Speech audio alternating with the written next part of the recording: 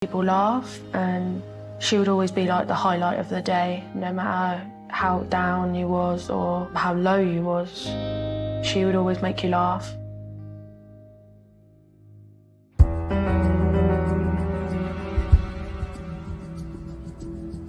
Police, where's your emergency? I woke up and I opened the window, got the kids up like you normally do, and then could smell a really strong smell of burning. It wasn't a normal smell of burning. I could see smoke coming out from the house. The residents of a quiet street in the north of Gosport are woken to a house fire. Hampshire Fire and Rescue received a call from a couple of builders that were in the area that saw smoke billowing from the address in Grange Crescent. The house was really starting to go ablaze. The builders were working in the area and they noticed some black smoke billowing from the address of Kelly's. And concerned that somebody may still be in there, they started banging on the windows trying to raise the alarm. There was no response, and Hampshire Fire and Rescue arrived at the scene fairly quickly. There was probably 4 or 5 firemen in the back garden, which is very, very tiny. The glass was starting to smash. They were in and out of the house, obviously with the hoses going and trying to put the fire out. Kelly's house is ablaze. And as neighbours watch, all thoughts turn to her children. Because I'd seen the children going in and out every so often, and I was thinking, oh no, I hope they're not there. I hope nobody's there. That's what my worry was. I wanted to know if the kids were there because it was just a bit heartbreaking, really. Fire crews break through the front door. They found 2 areas that were alight in the ground floor of the address and then searched the rest of the premises. The fire crews search the front bedrooms and find no one. But then, they make their way into the back bedroom. And it was inside there that the firefighters found a very shocking and grisly discovery of Kellyanne Case's body in her bedroom. Firefighters are suddenly confronted with a horrific scene. Kelly has been the victim of a brutal and sadistic attack. Fire officers are used to going into dangerous situations and dealing with traumatic incidents, but when they went upstairs, they weren't expecting to find what they saw, which was a naked female tied up with multiple stab wounds and an obviously slashed neck. I mean, it was pretty traumatic. What immediately happened then was the firefighters alerted the police whilst they tackled the fire that was still in the house. And over the next 2-3 hours, more fire engines and police cars. The road was pretty much full. And everyone was talking about it on Facebook and on what's happening down there. News spreads across the community and reaches Kelly's family. I immediately rushed to Kelly's house and spoke to the police officer and asked whether it was my sister's house, and they confirmed that it was.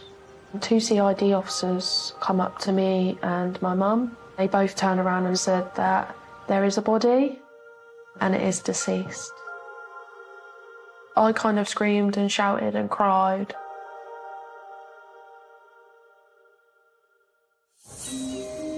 Police believe there's no time to lose if they want to catch whoever was responsible for Kellyanne's killing. Because of the way Kelly was found and the significant injuries that were so obvious, it was called as a murder investigation very, very quickly. And so we take control of the scene immediately. We try to identify who the victim is. Detectives realised that the fire was set deliberately, potentially to destroy evidence. We noticed there were 2 seats of fire initially. One was in the kitchen and one was in the living room, and it looked like bedding had been piled up and deliberately set alight.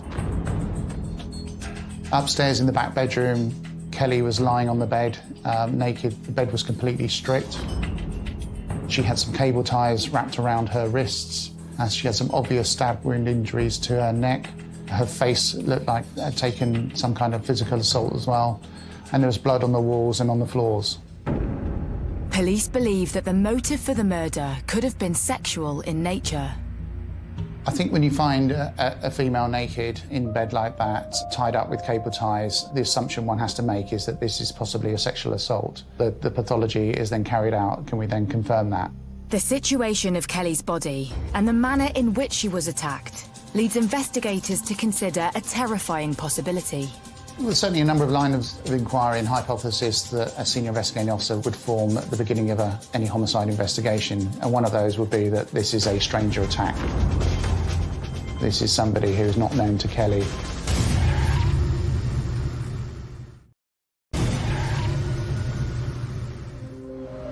In the coastal town of Gosport, police are investigating the murder of 27-year-old mum of three, Kelly Ann Case. Her body has been found after her house was deliberately set ablaze. Kelly was stripped, she was tied up, and she was tortured and then brutally stabbed with a knife. Detectives believe that the sadistic and sexual nature of the murder suggests it could have been a stranger who killed her. And so they have to consider a terrifying prospect. When we commenced our investigation, we contacted the National Crime Agency to see if there are any outstanding similar offences anywhere in the UK that we could liaise with those local police forces and share information with. With the police having to consider this could be the work of a serial killer, at the scene a major incident is declared, and the street has been secured. We had tape going from the end of the road all the way across, down that end, and then they cordoned off all the way down the bottom, all the alleyways at the back. Yeah, it was just literally everywhere, tape everywhere. Even The little alleyways that go in between the houses had... Yeah, because you've got a little alleyway there, and they were just cordoned off, didn't they? Yeah. The news that a young woman has been brutally murdered stuns the close-knit community. When we found out it was a murder, that was horrific.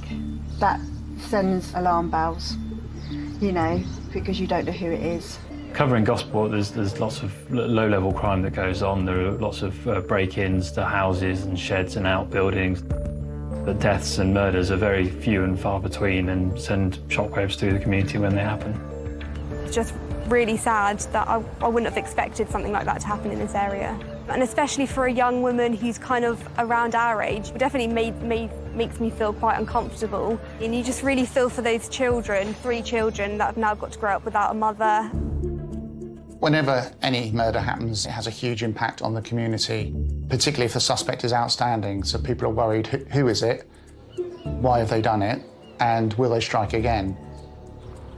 So our job as the police is to try and reassure the community that, you know, we are working hard to try and catch the killer and that we will do that as quickly as possible.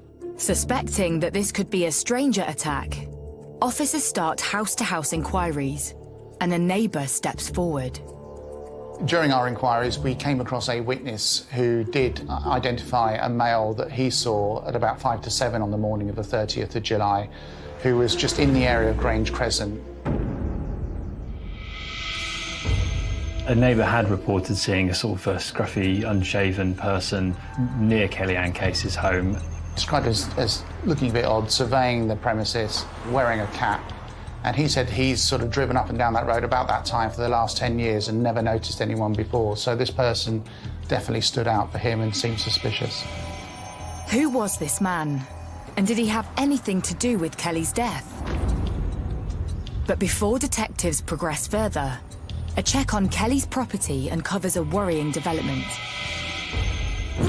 which places their theory of a random stranger attack in doubt. What was strange is that there was no sign of forced entry. The back door was unlocked, which would either suggest it's someone incredibly lucky trying doors, or somebody knew that Kelly was there and that the back door was unlocked. Had Kelly known her killer?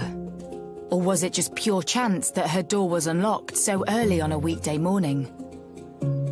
The investigation shifts and focuses on Kelly's life circumstances.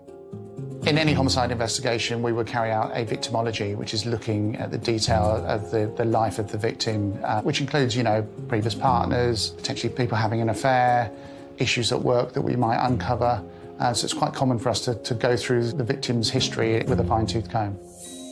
As detectives question friends and family, they uncover that Kelly was going through a difficult period in her life. Kelly struggled with a lot of different things in life. She was always open and honest with people, but when she did struggle, sometimes Kelly did drink. She'd fallen on some difficult times. She'd recently had her children taken off of her by social services on a temporary basis. She had issues with alcohol and drugs, and I would describe her as vulnerable. The investigation also uncovers elements about Kelly's lifestyle. I mean, Kelly was well known. She had a wide circle of friends. Her neighbours weren't big fans of hers, if I'm honest. She would have regular visitors to the address, 3 or 4 parties a week. She used to have parties with music and stuff. I had seen quite a few people going in and out of the house, obviously just thinking they were just friends. Often police would be called to excess noise issues, antisocial behaviour issues, and she would probably hang around with the wrong people, I would suggest. As officers investigate further, evidence shows that Kelly had been threatened just a few months previously. Back in March 2019, Kelly had had some kind of party at her address. There was an altercation there where the male ended up with a fractured jaw. And as a result of that, Kelly received some threats by family members of that man. And she had to flee the address for her own safety. So she left the area for some time and returned to Gosport a couple of months later. I think she left for about 3-4 months, but she couldn't be without her family, so she decided to come back. But with the threat still hanging over her, Kellyanne's neighbours noticed a change in her demeanour. She kept herself to herself. She used to hang around out her front door having cigarettes, and you'd walk past her and she wasn't very chatty, but we didn't see a lot of her, to be honest. No. Heard a lot of her, but didn't see a lot of her. Police believe Kellyanne was vulnerable and involved with some unsavoury characters. And after interviewing friends, key information points to a potential lead. She had had this row the night before with one of her friends, so that was key that we identify who they were. We wanted to establish what the row was about and who was involved. So lines of inquiry were set in relation to identifying those individuals. But we also found out through her phone that she'd been receiving threats from 3 men who had arrived at her address, were trying to break in and had threatened to strangle and have sex with her. This was told to one of her friends. And obviously through house to house, we'd established that people had been at that address during the evening at various times. So again, it was really keen to try and identify those individuals quickly, because they may have some vital information, or they may be the killer and they may have vital forensic evidence on them still. Could any of these people have something to do with Kelly's death? But before detectives can follow the leads, they get an unexpected call. A 32-year-old man called Will Valander comes forward. My sister was actually seeing Will Valander at the time. We believe that one of Kelly's family contacted Will Valander and they notified him of the death. It then quickly dawned on him that he was possibly one of the last people to see Kelly alive, having left her address at about 6:30 that morning. As soon as Valander made contact with the police, the decision was taken to arrest him on suspicion of Kelly's murder and seize his phone and his clothing so that we could then forensically examine those. One might question, well, if he's rang the police, why would you arrest him? Surely he's got nothing to hide. But if you flip it the other way and think, well, actually, he's got things to hide and he's now trying to give a reasonable excuse as to why his DNA may be at Kelly's address or on Kelly, and he's getting his story in first before the police catch up with him. But Valander's connection to Kelly and his ultimate link to her murder is about to point the investigation in a completely new direction. He was obviously jealous, and he decided it was his turn to go and see Kelly and have sex with her.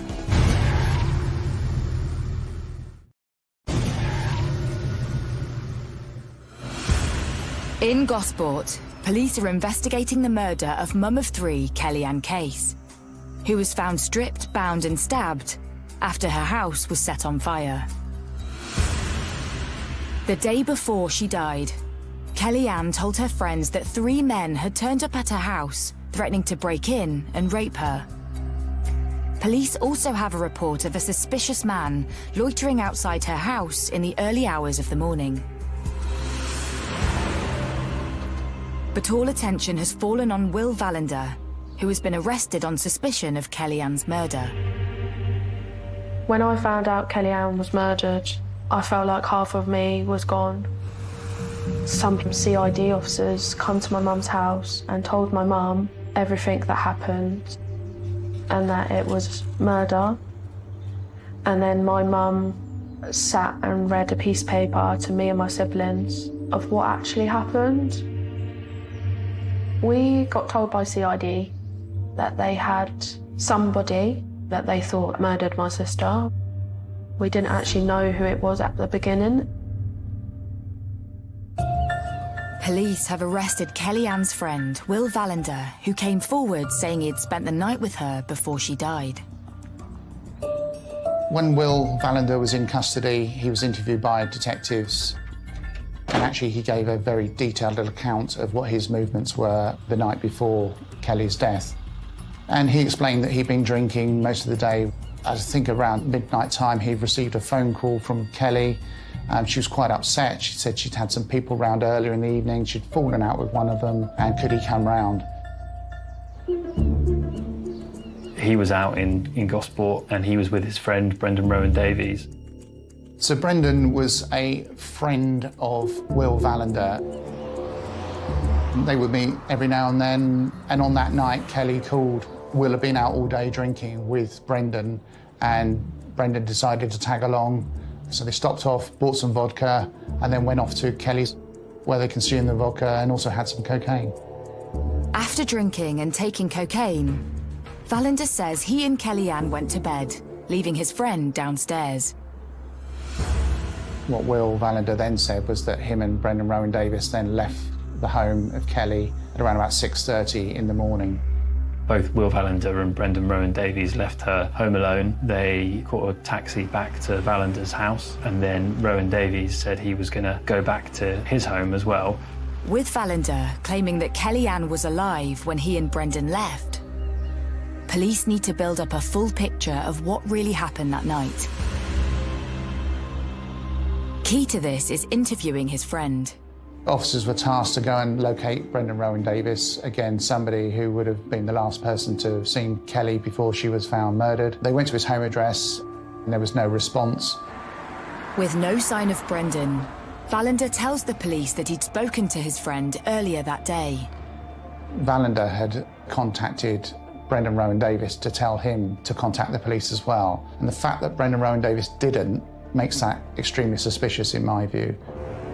What had happened to Brendan? Was he afraid to speak to the police? While the investigation unfolds, the community is coming together to pay their respects. People kept coming down the road, laying flowers, laying teddy bears, candles. Her sister was there quite a lot, and it was just really sad. I felt for the children more than anything. When Kellyanne Case's death was formally announced by the police and she was identified, there was an outpouring of grief for this young mum, and that sort of materialised with a fundraising campaign to raise money, which ultimately raised about £1,300 for her funeral. As the community mourns, the investigation is centring around the last two people who saw Kellyanne alive, and police have made a second arrest. So within 24 hours, the police located Brendan Rowan Davies. He was with his brother over in Portsmouth. Police were dispatched and he was arrested on suspicion of Kelly's murder. Rowan Davies' response to the police when they mentioned the murder or death of this woman was, I had an idea about that. Apart from that, he said very little. He was taken into custody. He was questioned and he just replied no comment to the questions that were asked. With Brendan refusing to answer any questions, detectives turned to CCTV analysis to verify Valander's account. Because Valander gave a detailed account of his movements with Brendan Rowan Davies on the way to Kelly's address and also leaving there. So we were able to establish, following the route that Vallender said he took with Brendan Rowan Davis, various CCTV points to identify the two of them together. The footage shows Vallender and Rowan Davies taking a taxi from the end of Kellyanne's Road at 6:30 a.m. The taxi drops them off at Vallender's address 10 minutes later, where they're seen crossing the car park. 20 minutes later, Rowan Davies is seen heading towards his flat, arriving back at just before 7 a.m. Vallender's account of his movements seems to be true. But then, police analyse what Brendan did next. Brendan Rowan Davis made his way back to his home address. We had cameras in that area that then picked him up about half an hour later, leaving his home address, but this time in a change of clothing, which is suspicious in itself. Brendan is captured on the bus CCTV. But where is he going? So having picked up the suspect on the bus, we know he got off just outside Cambridge Road, and so we're able to then scope the area for CCTV.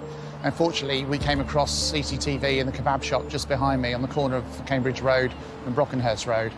Brendan is seen walking back towards Kelly Ann's house, just over an hour after leaving it. The CCTV places him at the house for about 40 minutes. Well, we believe that when Rowan Davis led himself into the address, he crept upstairs and Kelly was likely to be asleep. You know, it was the early hours of the morning. She'd been up all night partying.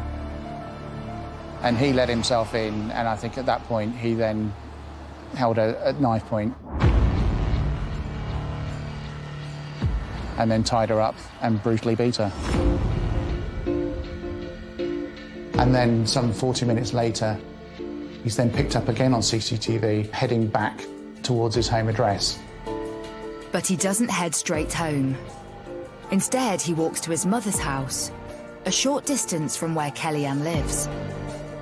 So we know that around 9 o'clock in the morning, Rowan Davis returned to his mum's address, where he then changed his clothes and then left that premises with a bag, and he was seen heading along this footpath.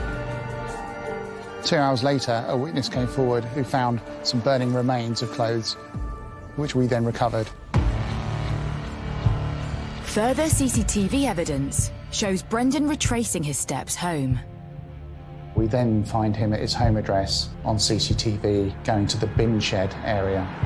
But this time he's carrying two bags, one blue one and one white one, and he disposes of them. Police immediately search his property and the bins.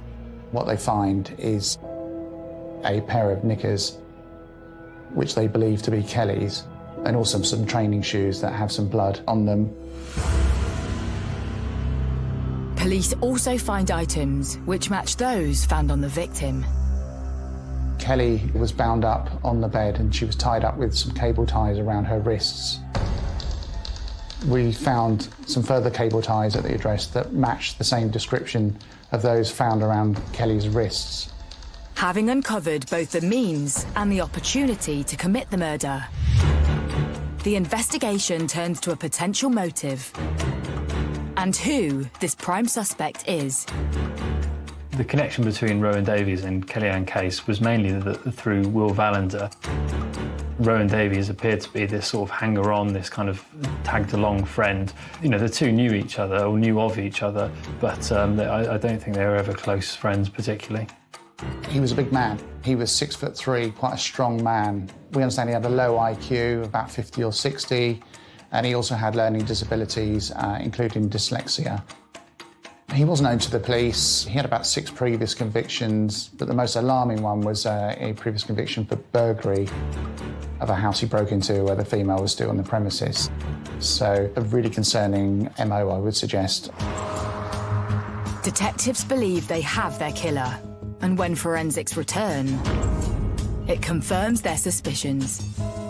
We then get the forensic results on the cable ties that were found around Kelly's wrists.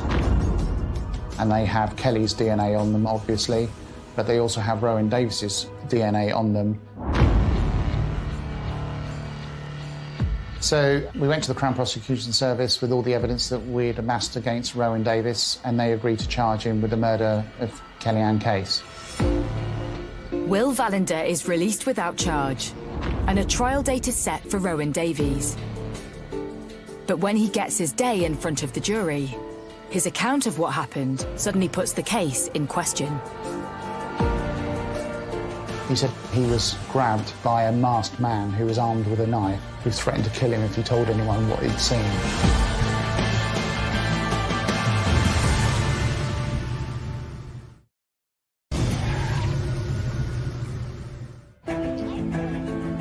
In Gosport, Hampshire, police have charged Brendan Rowan Davies with the brutal murder of mother of three, Kellyanne Case. CCTV footage shows that after spending the night partying with Kellyanne and her friend, Rowan Davies returned to her house on the morning after. His DNA has been found on zip ties used to restrain her, and the blood found on his trainers is Kellyanne's. But he denies murder. Whilst police believe they have a solid case, they also have concerns as the trial approaches. As not only was an unknown man spotted loitering outside Kellyanne's house on the morning of the murder, but she had recently been threatened. The fact that we had these issues, these unknowns of potentially people threatening Kelly in the past, death threats to Kelly, people falling out with her, that was the biggest concern, is that we needed to convince the jury that Brendan Rowan Davies was the person responsible.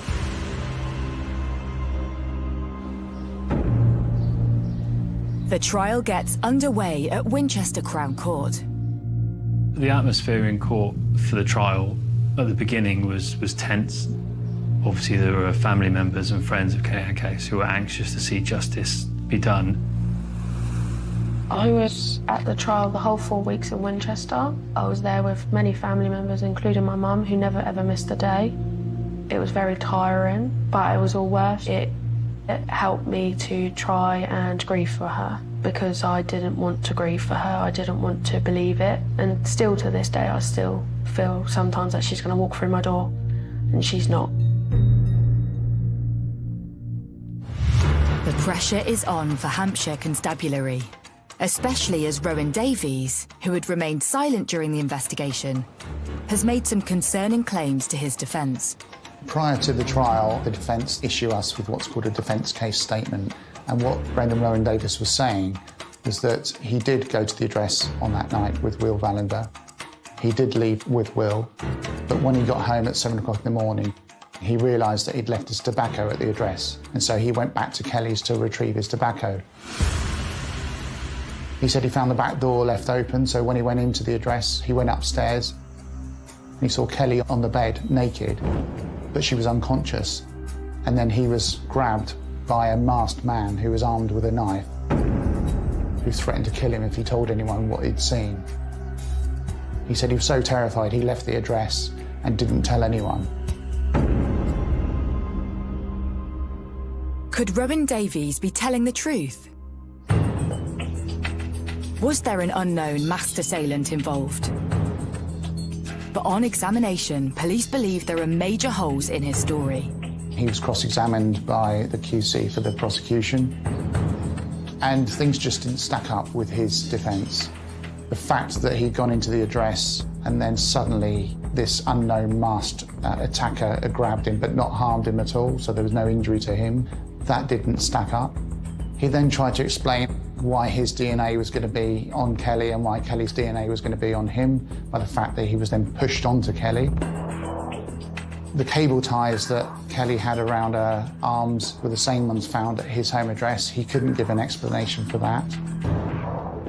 The change of clothes he had with him at the time that he went to Kelly's that he then changed into when he went to his mother's address, he couldn't give an account for that. That didn't make sense. He claimed to have been absolutely scared and frightened by this mystery man, but CCTV footage from inside the bus that he took when he went home after killing Kellyanne Case showed that he wasn't petrified. He went to his mum's house afterwards and didn't say to her that he was scared at all. He said nothing to anyone until he had to suddenly defend himself in court.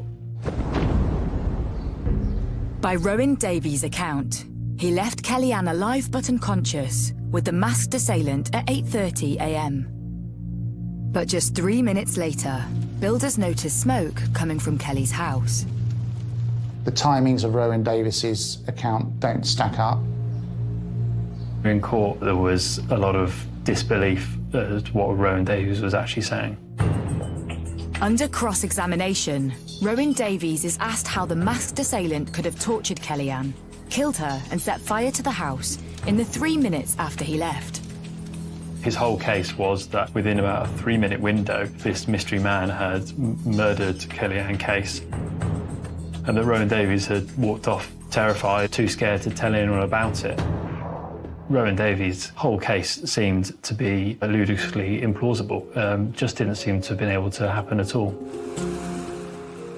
I thought Brendan's story was rubbish. This third person would not have allowed him to walk out of the house. You're not going to allow a person that have just witnessed you kill somebody, you're not going to allow them to walk. And in that space of grabbing his backy and then walking out of my sister's back door, not running, walking.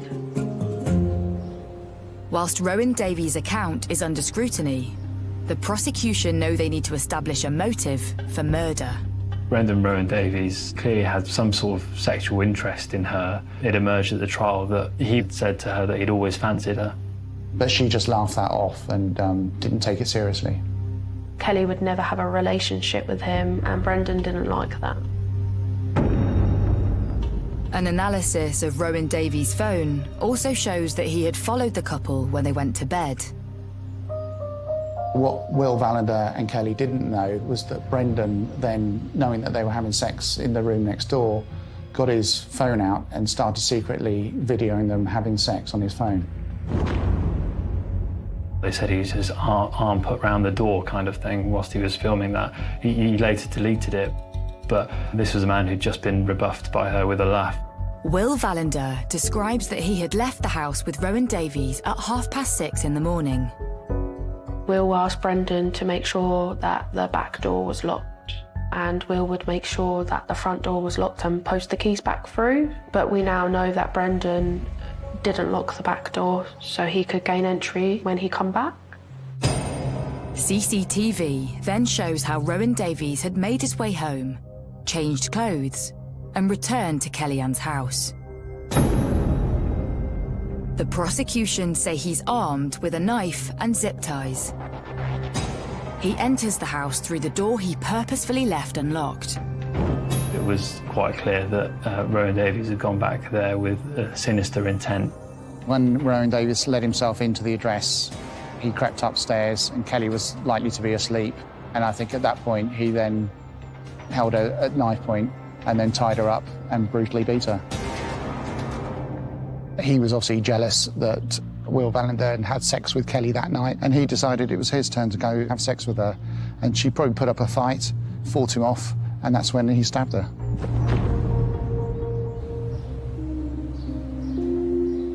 In court, it's revealed that the knife wounds Kellyanne suffered were likely to be from an attempt to torture and control her.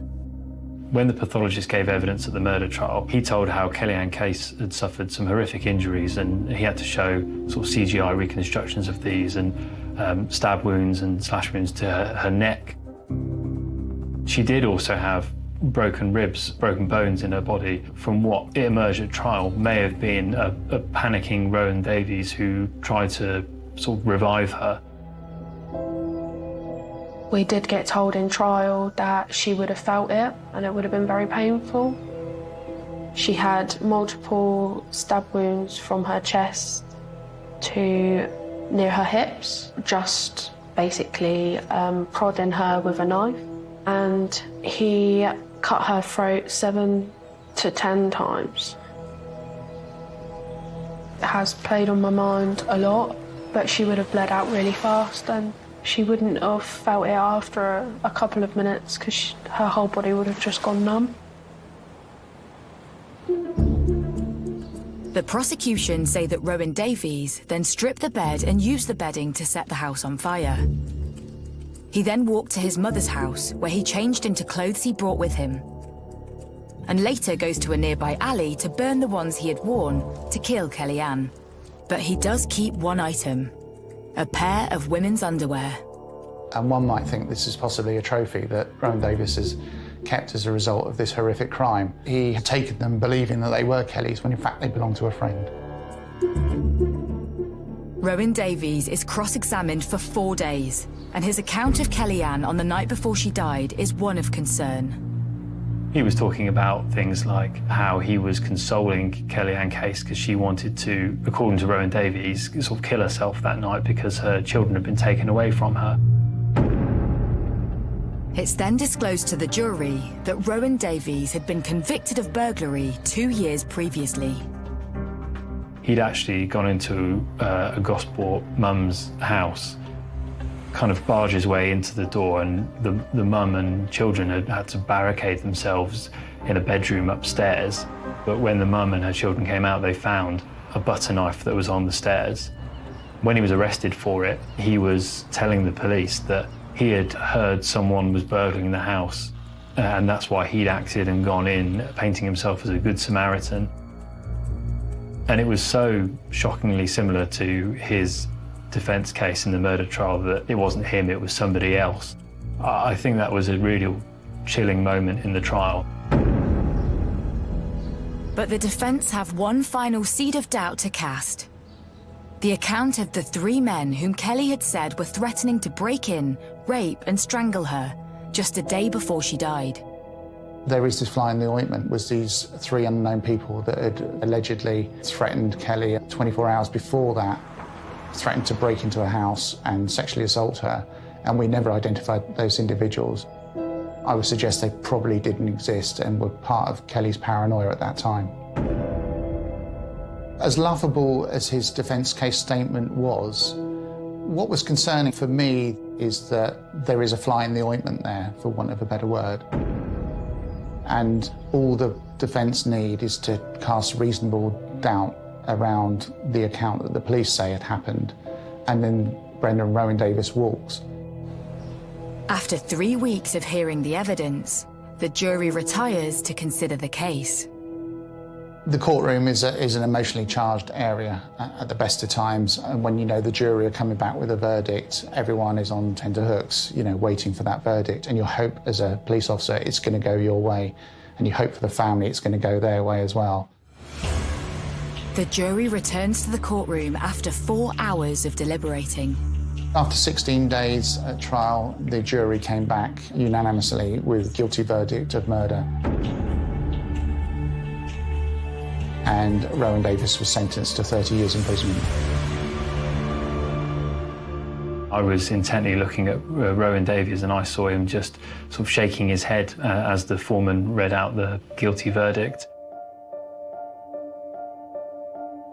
When we found out that he was sentenced 30 years without parole, my family and me was happy that we got the justice for my sister, but it was never going to bring her back.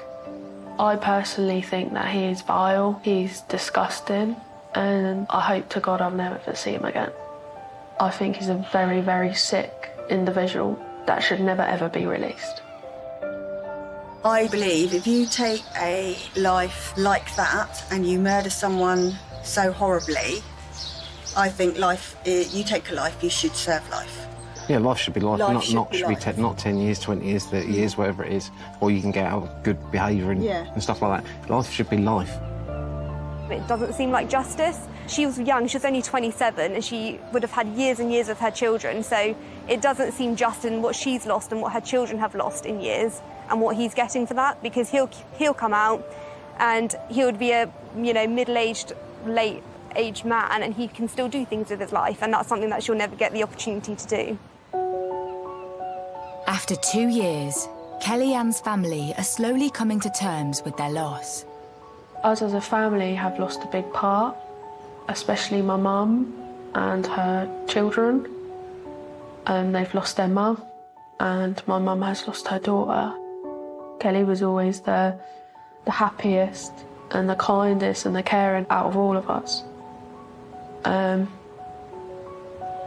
And I would always like her to be remembered for the person she was and not for what he did to her.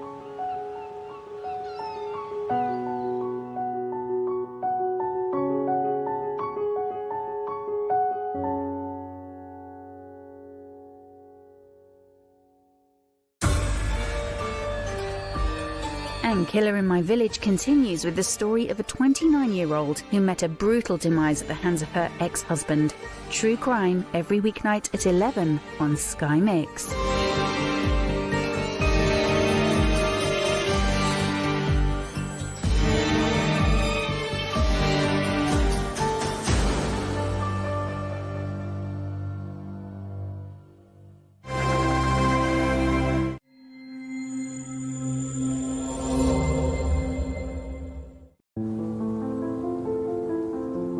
It was a real shock because, you know, he was a neighbour. It was a real inner feeling, we've got to solve this for this young kid here. Obviously an evil man. I would find it hard to forgive him. In our minds, there was more to tell. This couldn't be the first time that he'd done this. On Sunday, November the 26th, 2000, a worried mother called the police, telling them that her daughter hadn't come home after Christmas shopping. When initial inquiries proved fruitless, West Yorkshire Police launched Operation Conifer, one of the largest missing persons investigations in their history. Despite all their efforts, it was 9 excruciating months before they found out what had happened to her.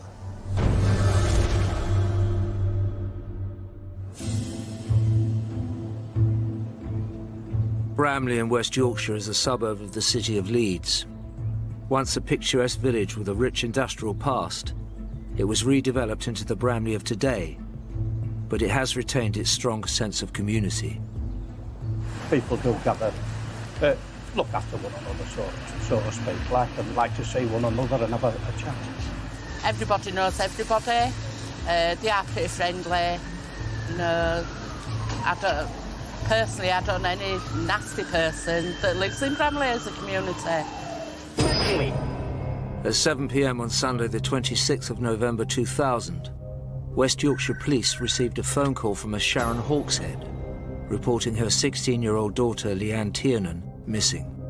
Her mother gave us a description, and that was of a 16-year-old girl, slightly built. She was under 7 stones, with long, brown hair, light brown hair. Police immediately got to work interviewing family and friends to piece together her movements that day. She waved goodbye to her family and set off on the short bus ride into Leeds with her best friend, Sarah, to buy some Christmas presents. Leanne bought Sarah some jewellery for Christmas, and she put those in her pocket, and they caught the bus back then from the city centre back to their home at Bramley. Leanne got off the bus with Sarah at Sarah's stop, which was 2 or 3 stops before where Leanne would have ordinarily got off. But Leanne, being the kind of girl she was, she wanted to make sure Sarah got home safely. And by waving Sarah off where she did, near to Sarah's home, that meant that as she entered the darkness of Huffley Gill. By this time, it was 5 p.m. Huffley Gill was a secluded, tree-covered ravine with a path at the bottom. There was no place for a young girl on her own, even one in a hurry to get home.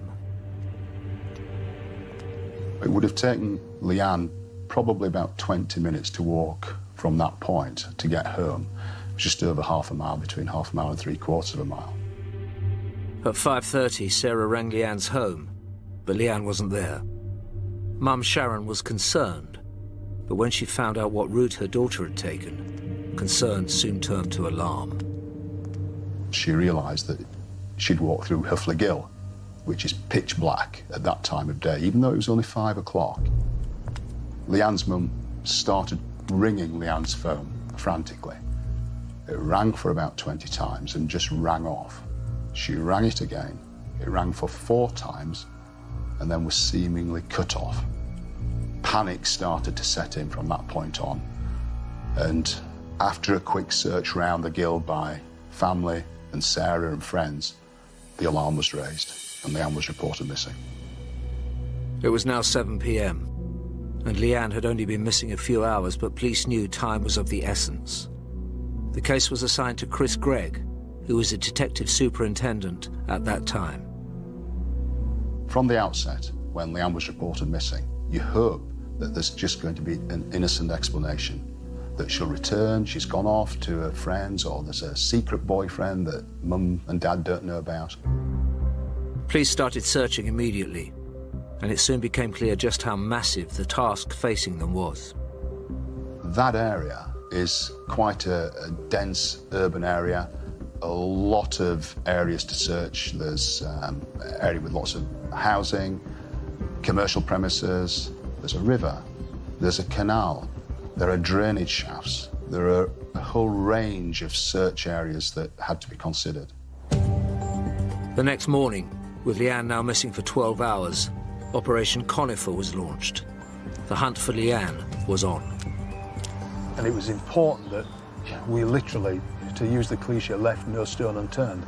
And the search teams went through here, searching the whole area for anything as small as the small items of jewellery that we knew Leanne had bought that day for a friend, looking for the mobile phone, an umbrella, any telltale sign which could help us explain what had happened to Leanne. It wasn't long before everyone in the community heard the news. It did make people more cautious. There was lots of different rumours going round, you know, but nobody really knew anything. It was clear that an early forensic response would be needed, so DSI Greg called in the Forensic Science Service, or FSS. Well, we became involved in the Leanne Tiernan case almost from the outset, once she had gone missing. For reference purposes, if she was found or if an offender came to light, we needed to know her DNA profile and we needed to get her fingerprints. So we actually took her toothbrush and got a DNA profile from that and matched that in with profiles from her parents. And we were also able to obtain her fingerprints from her diary. After 5 days, the search was still coming up empty-handed, despite the police's best efforts. The scale of the search to find Leanne was huge. It was one of the biggest search operations the force had ever undertaken. It involved 200 officers, specialist search advisors. It involved the dog section, the mounted section, the underwater search teams. Peter Grant and his forensic team did what they could under trying circumstances. The difficulty we faced was that there was no clear scene for us to focus on. You know, there was the last sighting on the bus, and she was also intending to walk all the way home, and the scene could have been anywhere between those 2 points, which was quite a large area. Because a lot of areas were being searched, a lot of items started coming in, but they weren't ones that ended up being relevant to the case. Getting nowhere, on the 3rd of December, 1 week after Leanne Tiernan had last been seen, the police turned to the media for help. We staged the reconstruction and they followed the same route, right to the point where Leanne had been last seen.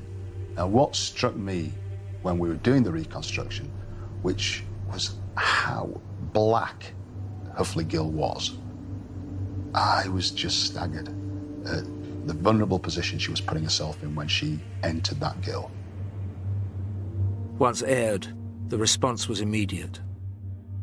Following the reconstruction, we were starting to piece together some interesting sightings that people were telling us about and sounds that people had heard, and 2 were of interest to us.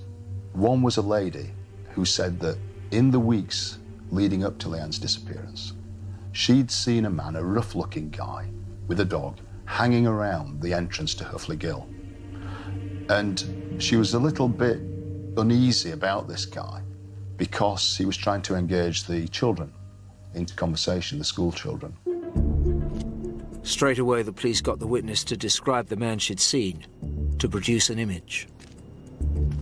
Another lady remembered hearing a scream around the time that we know Leanne would have just about entered the gill. And that again, it might have been connected, it might not, but these 2 pieces of information were important to us. On December the 4th, police published the EFIT. We were looking at people in that area who walked through the gill with dogs, and we questioned and found lots of them. We eliminated them all. With the search still in full swing, officers found out everything they could about the schoolgirl they were looking for. Leanne was a typical 16-year-old girl who was a lot to live for. She had this radiant smile. She would do anything for anybody. She looked after her grandma, went to church with her, even though she wasn't particularly keen on going to church every Sunday morning, but she did it for her grandma's sake. She'd been in the Brownies, went into the Girl Guides, and she had a group of friends, very popular girl. Sister Janet Durbin was the minister at the Methodist chapel where the family worshipped. Leanne did stand out because she was always bright and shiny, always helpful, and she used to like to carry the flag for the Brownies and the Guides. And as she grew older, we started a Saturday night fellowship for the teenagers, and she used to be one that asked a lot of questions. We talked about all kinds of things that were going on in the world, and she was always up with a hand up and helping. And then Leanne used to like helping in the kitchen, preparing the pizzas and chips and things. It's just a normal young girl. After 3 weeks, there were still no useful clues, yet police kept on going. All the time, you're racking your brains. Where is she? What can have happened to her? We've searched 1,100 houses. We've searched drainage shafts, wells, railway lines, canal. We even lowered the canal, almost pulled the plug out and drained it down because it was easier and quicker to search it that way over 3 miles. And we still hadn't found her. Over the next few months, police continued searching and questioning people of interest. But it was as if Leanne had disappeared into thin air. The feeling and the belief that they will still be found safe and well never goes away. And I'm sure that is the case with anybody who's facing that particular situation of a young loved one particularly who's disappeared, that they'll be found ultimately. And personally and professionally, you know that the chances of being found safe and well are slim. By July, Operation Conifer was in its 8th month, and although the physical searching had all but ended, the police hadn't stopped looking.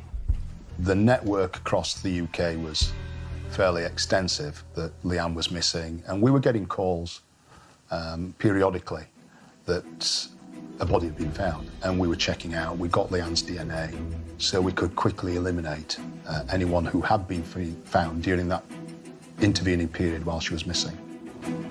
On August 20th, 2001, almost 9 months after Leanne's disappearance, DSI Greg received some news that changed the investigation completely.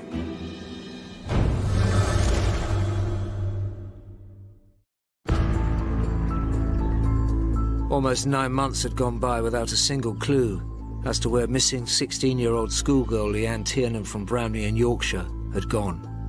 The longer Leanne remained missing, the more the police suspected the worst. Then police got a call that was to change everything. A dog walker was in the woods and saw what he thought was a bundle of rubbish that somebody had dumped.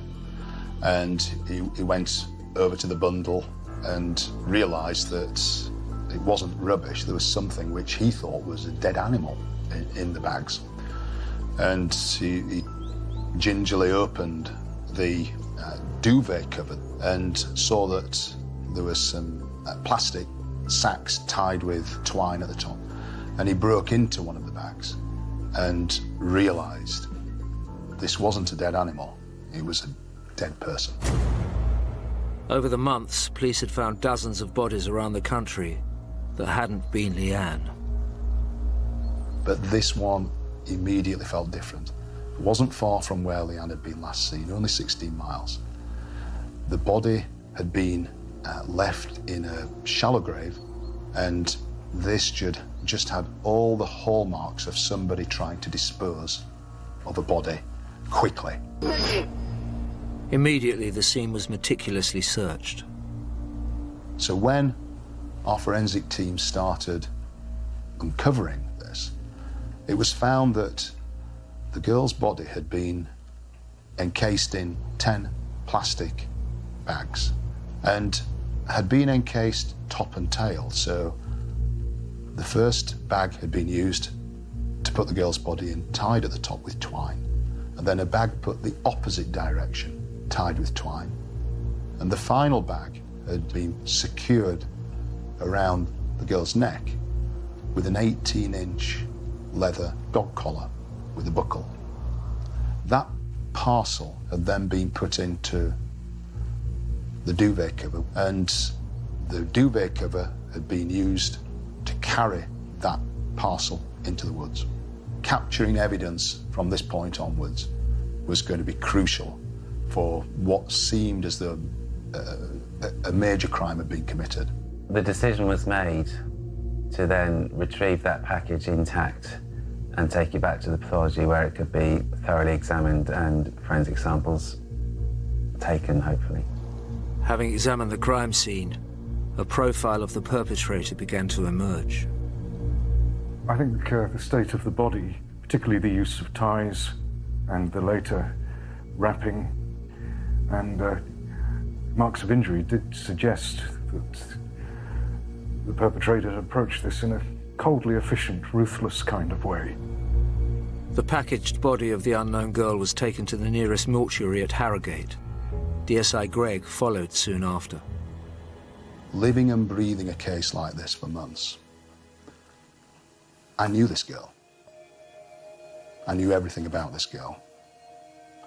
And the worst possible outcome was that she was now on this table in front of me. And I knew it was her from the moment I looked at her. And I've never had a feeling like it before or since. And there was just something at that moment in time that was so powerful, an emotion, that it was a real inner feeling, we've got to solve this for this young kid here. Once the bags were opened, evidence was found that would prove key in identifying the killer. When we found her, she had got her hands tied behind her back with 3 cable ties. And there were 2 black cable ties and a yellow one. The black one was around one wrist, the yellow one around her other wrist, and they were connected between the 2 with another black cable tie, like a daisy chain, in effect, and her hands tied behind her back. She'd been strangled with 2 ligatures. One was a dark woolen scarf with a red stripe running through it. And the other was a clear-coloured cable tie that was around her neck and pulled very tightly. The pathologist was joined by one of Peter Grant's team. It was very important that we had a forensic scientist at the scene, and she'd actually identified a tuft of fibre on the back of the jumper. Although DSI Gregg felt certain the body was that of Leanne, a formal identification had to occur. We already had her fingerprints that we'd taken from her diary, and we were actually able to compare those with the fingerprints on the diary and get a formal identification that this was Leanne Tiernan. After months of hoping and praying for Leanne's safe return, it was time to tell the family. The news that they'd been dreading and fearing for 9 months was now suddenly upon them. And I've nothing but admiration for the stoicism, the absolute dignity that Mum and Dad showed at that moment in time. DSI Gregg was more determined than ever to hunt down Leanne's killer. Back at the mortuary, Peter Grant's team called in an expert in insects, known as an entomologist.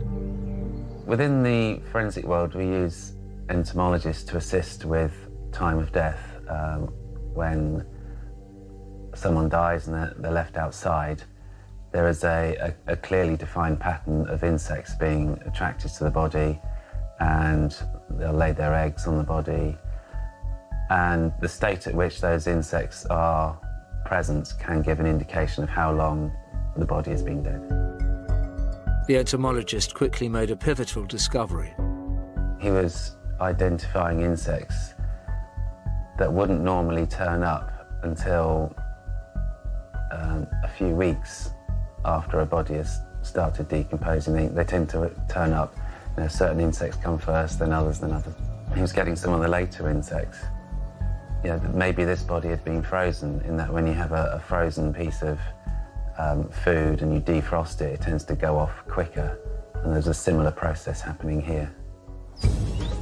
Investigators believe Leanne could only have been buried where she was found for 1 week, meaning she'd been kept somewhere else the rest of the time.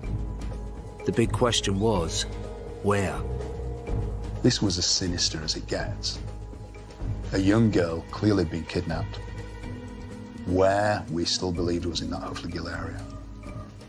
But had been kidnapped, taken somewhere. Was it in the area she was now disposed of, or was it nearer to Bramley? These were all investigative considerations which we were still to find the answer to. For us as the investigation team, there were some really good forensic opportunities here, and we weren't going to let those opportunities go.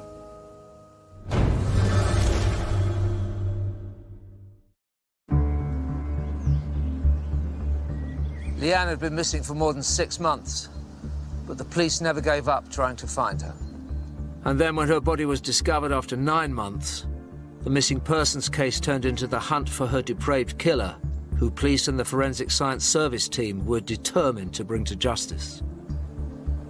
With the suggestion that Leanne had been frozen or stored somewhere, it became important, and we wanted to know where that was. And I'd established on previous cases that one way of doing this was to look at nasal washings from bodies, because this gives you an idea of where people took their last breath, in effect. Immediately, pollen expert Dr. Patricia Wiltshire was contacted. I was called in to get pollen from her to see if I could envisage the sort of place that she had been. Now, we know she'd been buried in this woodland, but had she been anywhere else? Had she been kept anywhere else before she'd been put in the woodland? Palynology, or the study of plant pollen and spores, was a tool police used quite often. You've got pollen and spores in the environment, in a sort of mixture. And if someone goes along and picks them up, they will have certain mixtures of pollen, different amounts of different types of pollen, different types of spores on them. And then I know where these plants live and function, so I can envisage a sort of place they've come from. And if I do that, it helps the police find places. Dr. Wiltshire went to the mortuary in Harrogate. I irrigated her nasal passages because sometimes people breathe in pollen very deeply up into the nasal passages, right up into the top of the nose. So I irrigated those out, and I also washed her hair very carefully. And from those washings, I was able to get assemblages of pollen grains and spores that her hair had picked up. Later, I worked on the duvet cover, and what I found on the duvet cover matched up with what I found in the ant's hair. And I had pollen, plant spores, I got fungal spores. I also got the conducting elements in wood, of conifers and of flowering trees, woody plants.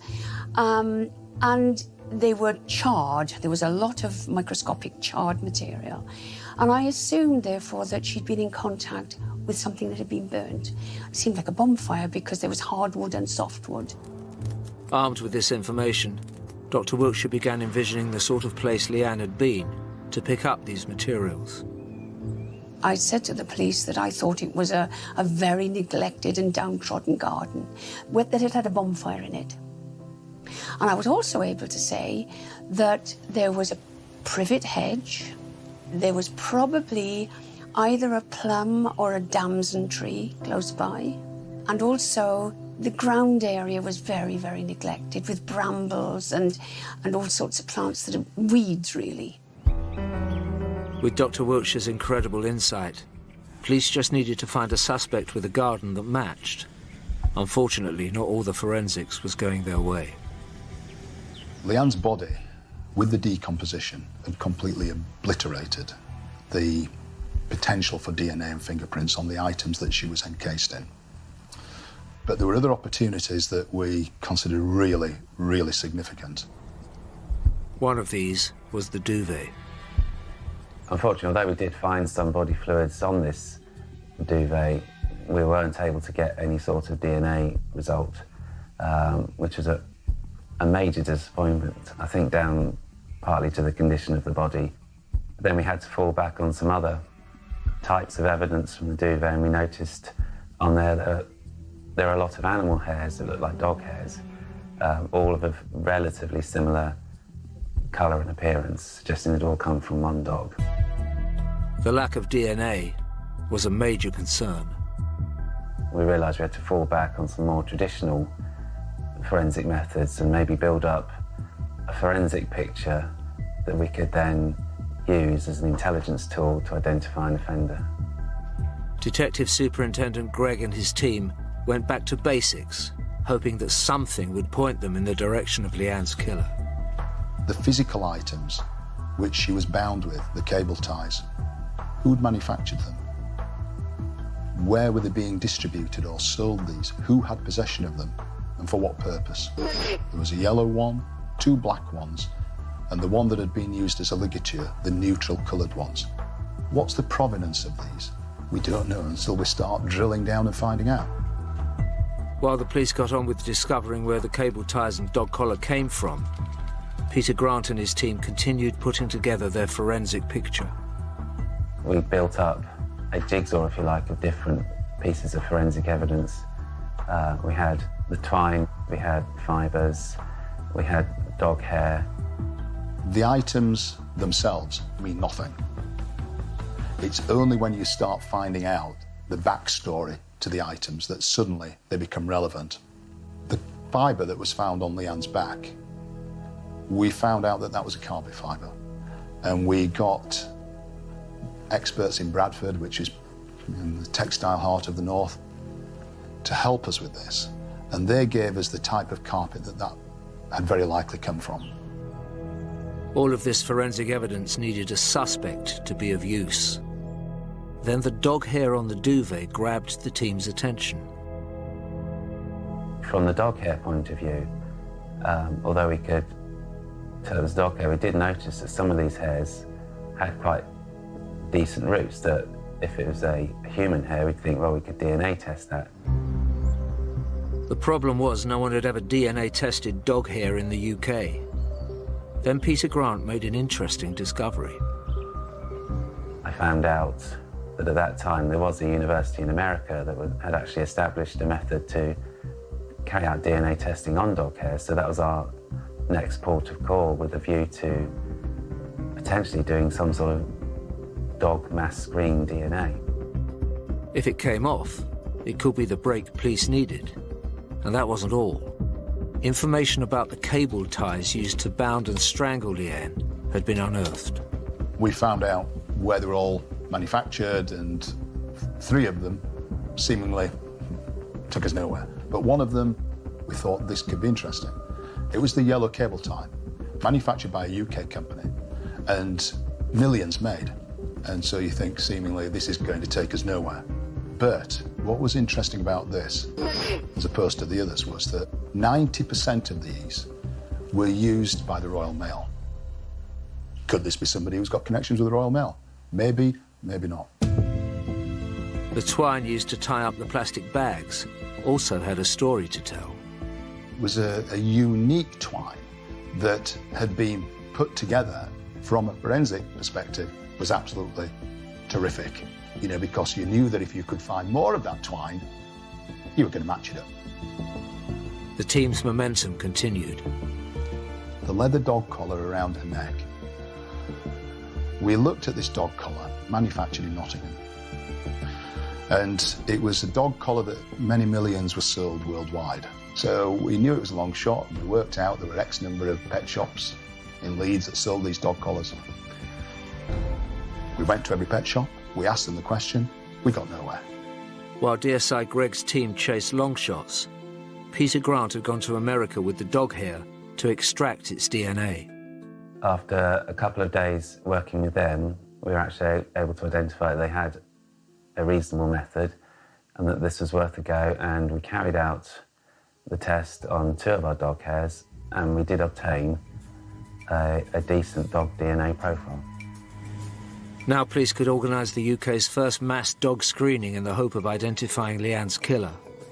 Unaware of this result, police in West Yorkshire were looking at the 120 dog collar wholesalers in the UK. 113 were checked, and the detective got the answer back each time saying, no, no, no. Pet shop, pet shop, pet shop. We supply to. Company 114, based in Liverpool, gave an answer that the detective wasn't expecting, which was, yes, we do sell those dog collars, and yes, we do have a customer, a private customer in Leeds who bought one. In fact, bought 6 and paid for it on a credit card. This was the moment DSI Greg and his team had been praying for. And have you got the name of that customer? Yes. It's a Mr. J. Taylor at Armley, Leeds. Thank you very much. With that, 10 months after her disappearance, the investigation into the sickening murder of Leanne Tiernan finally had a suspect.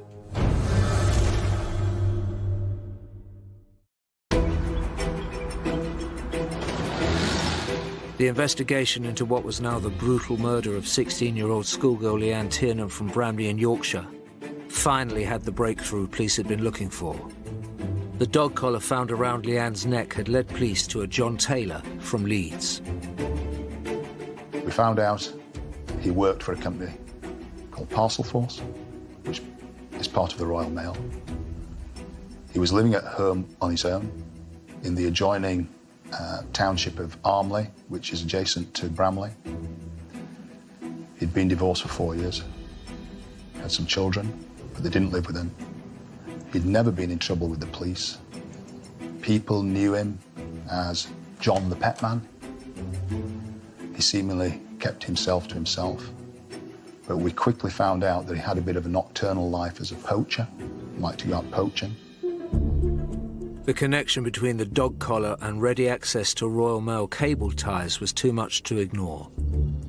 On the 16th of October 2001, almost 10 months after Leanne's disappearance, police made their move and arrested John Taylor. Of course, he denied any connection with Leanne, not having done anything wrong, and was denying that he'd had certain pets or animals because we were interested in pets that he'd had with our animal DNA that we were also trying to link. News of the arrest soon travelled around the area. It was a real shock because, you know, he was a neighbour. You know, you said hello to him. He used to sell pet food, and my kids used to go over to his house to buy pet food for the rabbits. And it was just a real shock. John Taylor was taken for questioning, and the Forensic Science Services team methodically searched his house. The immediate thing that struck us was that there were no carpets in the house. It's just bare floorboards everywhere. But it did appear that, certainly in some rooms, that he'd only recently taken up the carpets. And we actually identified that some of the tufts of carpet still clinging onto nails in the corners of rooms were actually the same red fibres we'd found adhering to Leanne's jumper. The evidence police needed kept on coming.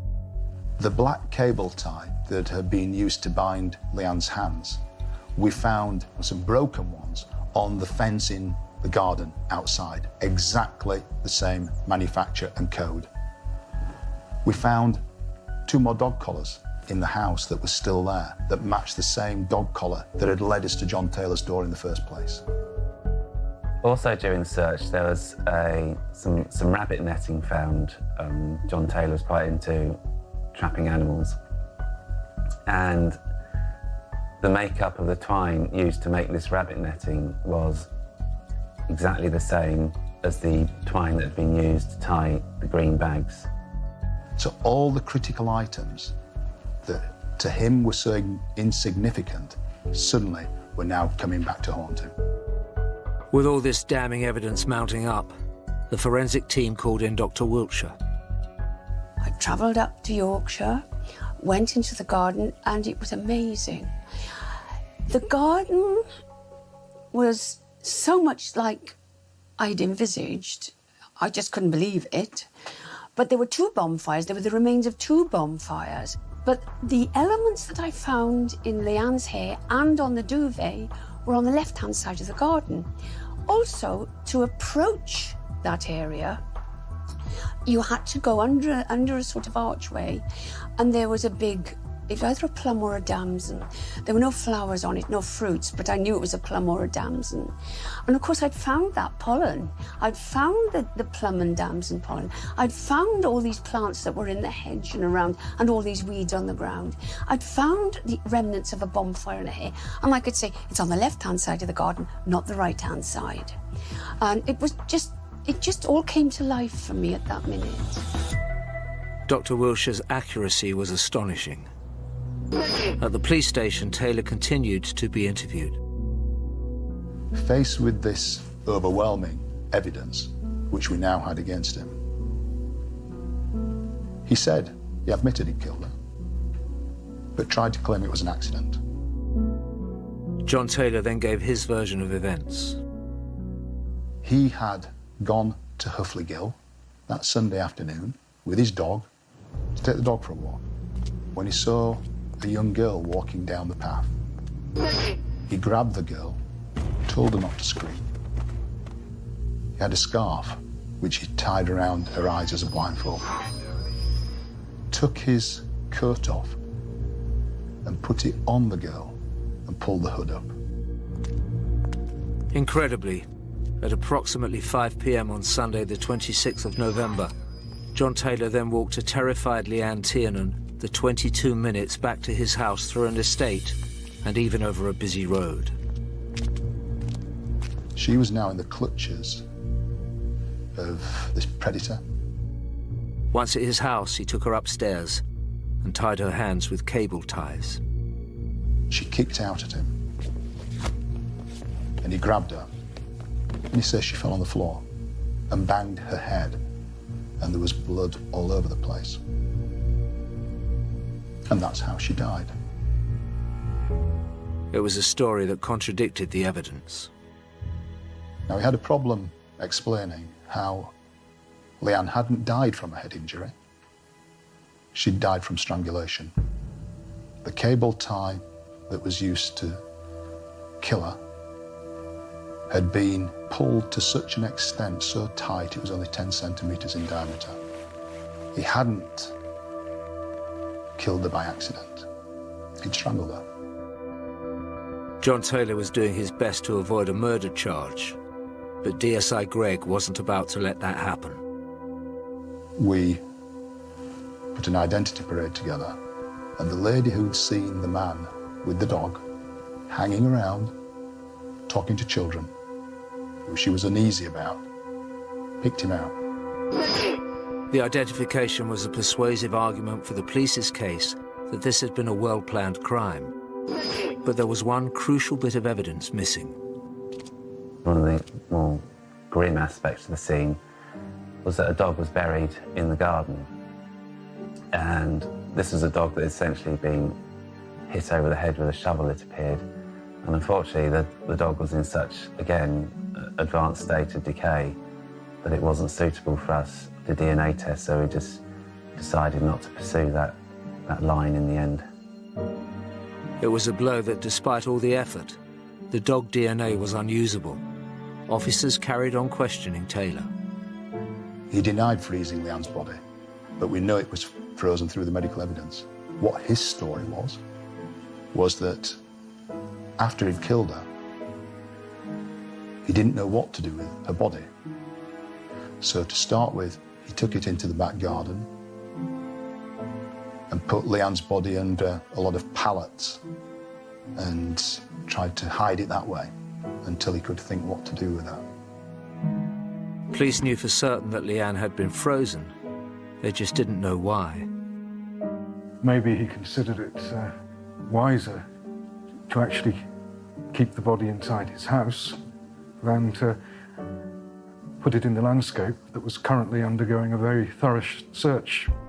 Another theory was that John Taylor kept Leanne frozen as a morbid trophy he could continually revisit for his grotesque pleasure.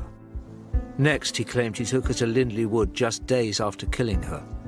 We know that Leanne's body had only been in the woods for a maximum of a week, and there was a witness who saw a man a week before the body was found lifting a bundle out of the boot of a car that matched John Taylor's description, that matched the description of his car, taking it into the woods.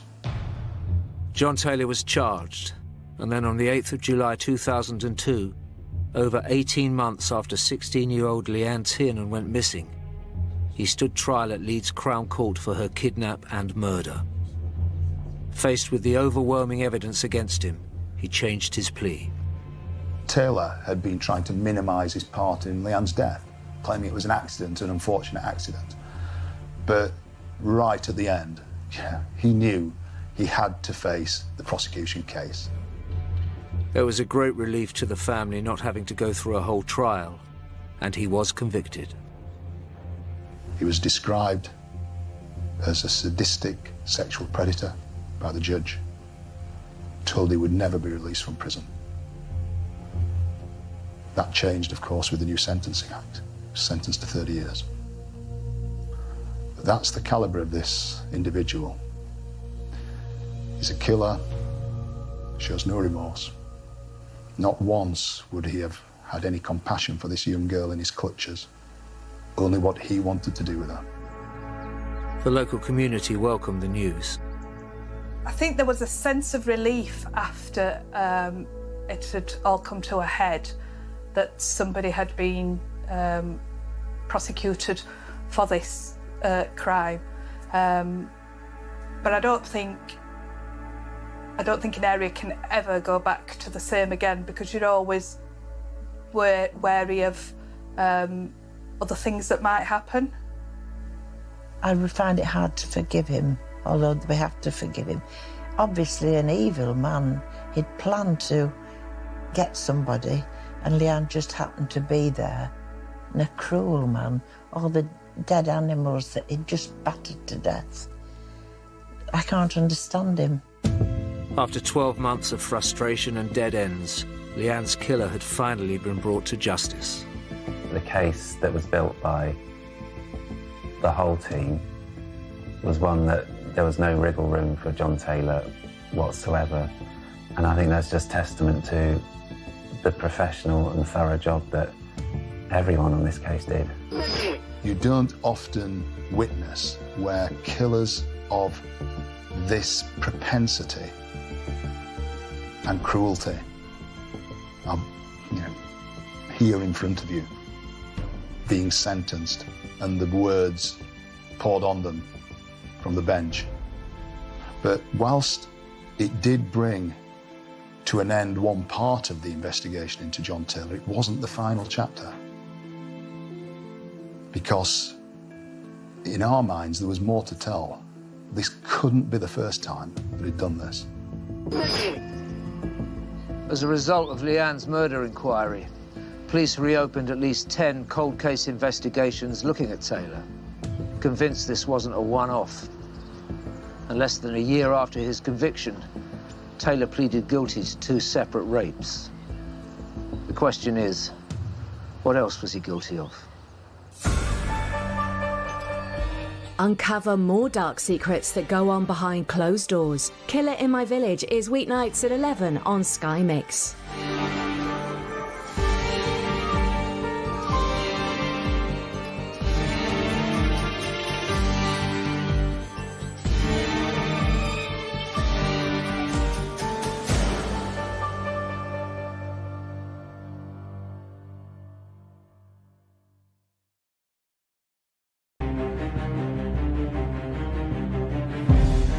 Emergency. I think we've been burgled and my wife's been attacked. Please, can you send someone quickly? Yeah, I am. police have launched a murder investigation after a woman was found dead at her home in Middlesbrough. I was absolutely terrified, thinking, what if somebody got in my house? It felt like there was a serial killer at large and you wondered if they were going to do it again. When a successful pharmacist is found murdered, her devastated husband goes into shock. No, Jess, come on, baby, wake up. Baby, wake up. And a community is torn apart. You won't believe, obviously, what we went through and the level of betrayal there. It was a shock.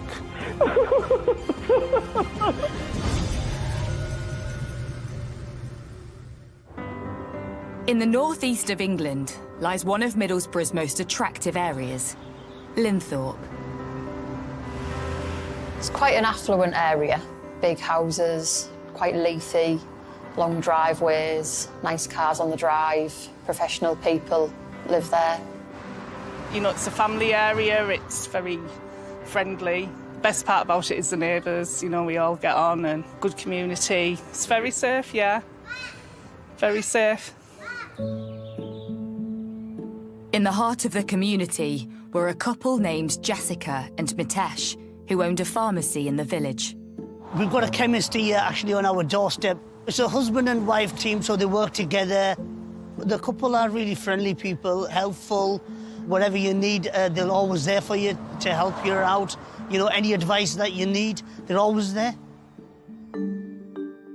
Both Jessica and Mitesh were from large Hindu families in West Yorkshire. We grew up in a joint family, so there was 12 of us in my household. Jessica was the first child, a happy, calm child to what I remember. She was a good child, never any bother. Very fond memories of growing up with Jess, because we were only probably about 18 months apart in age, so quite close together. She was always fun to be around, because she was always happy no matter what, always had a smile on her face. Jessica had big plans for her future and went to study at Manchester University. Jessica always said that she wanted to be a pharmacist. She always wanted to help people. That was her thing. It was at university that Jessica met Mitesh, and the pair quickly struck up a relationship together. I think Jessica's mum was ill around the time that they got together, and Mitesh was support for Jessica and would, you know, say all the right things, buy her presents, teddy bears, things like that. He was constantly showering her with gifts. I think she must have had like 50+ Me To You teddy bears in her collection, because we shared a room. They were like dotted all over the room. And she was just really happy. I got privy to a lot of their evening conversations at bedtime. Mitesh and Jessica would often be on the phone, and because we were sharing a room, it would be a case of her saying to him, "You put the phone down," and he'd be like, "No, you put the phone down." They seemed just like a happy couple, or a happy young uni couple. Jessica's mother sadly passed away, but Mitesh helped her through this difficult time, and the couple soon mapped out their future together, despite some initial resistance. Initially, when Jessica approached Dad about getting married, he wasn't so ecstatic about it. He didn't think they were a suitable match for Jessica, but Jessica persisted. She insisted that she loved him, and vice versa. She wouldn't take a no. So, of course, obviously, in this day and age, we know that we can't force our child. And when she says that, "No, Dad, if I marry, it's him that I'm going to marry." But if that's the man she wants to marry, then that be it then. In July 2009, the couple threw a big Indian wedding. The marriage took place here in my garden. It was the first wedding within the Patel or the Hindu community that had 500 or 600 people. Newly married, the couple set their sights on a fresh start and set up home among the village community of Linthorpe. They've got a lease on Roman Road Pharmacy and then bought a house on the avenue. A lovely big house which needed work doing, so they spent time renovating it and building up their pharmacy, you know, becoming well-known people in the community. Having both a successful business and a new home in place, there was just one thing missing from their perfect life. Jessica wanted to be a mother. She's always had a very motherly and a maternal instinct. Being the oldest sibling out of all 6 of us as well, she was always that much more maternal. And she wanted children of her own. I think it's something they'd thought about for years. Apparently the couple struggled to fall pregnant, so started undergoing a course of IVF treatment, which I can only assume is a really grueling process, and that shows how much they must really wanted a child. She expressed to me that it wasn't working naturally and that they were going to be starting IVF. All in all, Jessica went through 3 rounds of IVF that were unsuccessful. Each time she would ring me and she would say it didn't work, and she would be heartbroken that it hadn't worked, and I think the emotional distress of it all was just too much. She'd just come back off holiday and we were talking in the evening, and she was just telling me about the IVF and this 4th round. She was so happy because this round was a positive round. She said that it looks like it's going really well. They managed to freeze 3 embryos, and in June, so within a matter of weeks, she was due to have them implanted, and she was so positive they were going to work this time. The happiness in her, I can't even describe how happy she was, because that dream of becoming a mother was just about to materialise for her.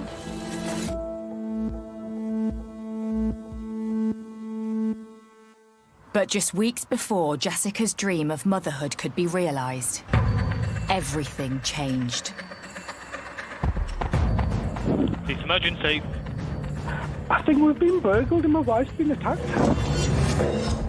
I've just come home and the house is ransacked and she's just on the floor. She's got duct tape all over her and she's like unconscious. Right, you said is your wife breathing? Can you feel a pulse? No, I can't feel anything. Her hands are really cold. She's got like blood on her nose and stuff dripping out onto the floor. Please, can you send someone quickly? Yeah, I am.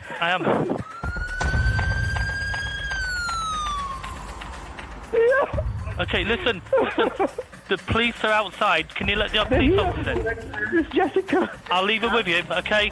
Police and paramedics rush into the house and find Jessica in the living room. They try resuscitating her, but she is pronounced dead at the scene.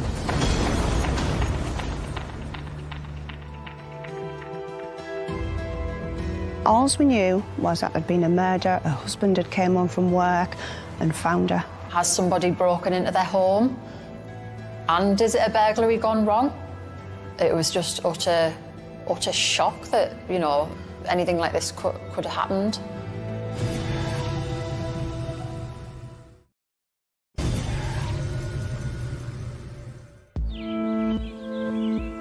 In the picturesque village of Linthorpe, the community is waking up, reeling at news of a murder.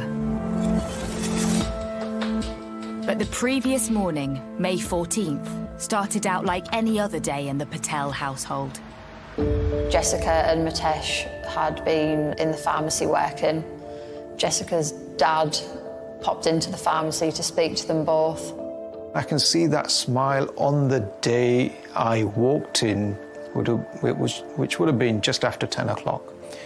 And I can still see her far back because it was a sort of a day pharmacy. So I said, I'll be down next week. And she goes, okay, Dad, I'll see you next week. Of course, I did hug her. And I couldn't believe that I would never see her again.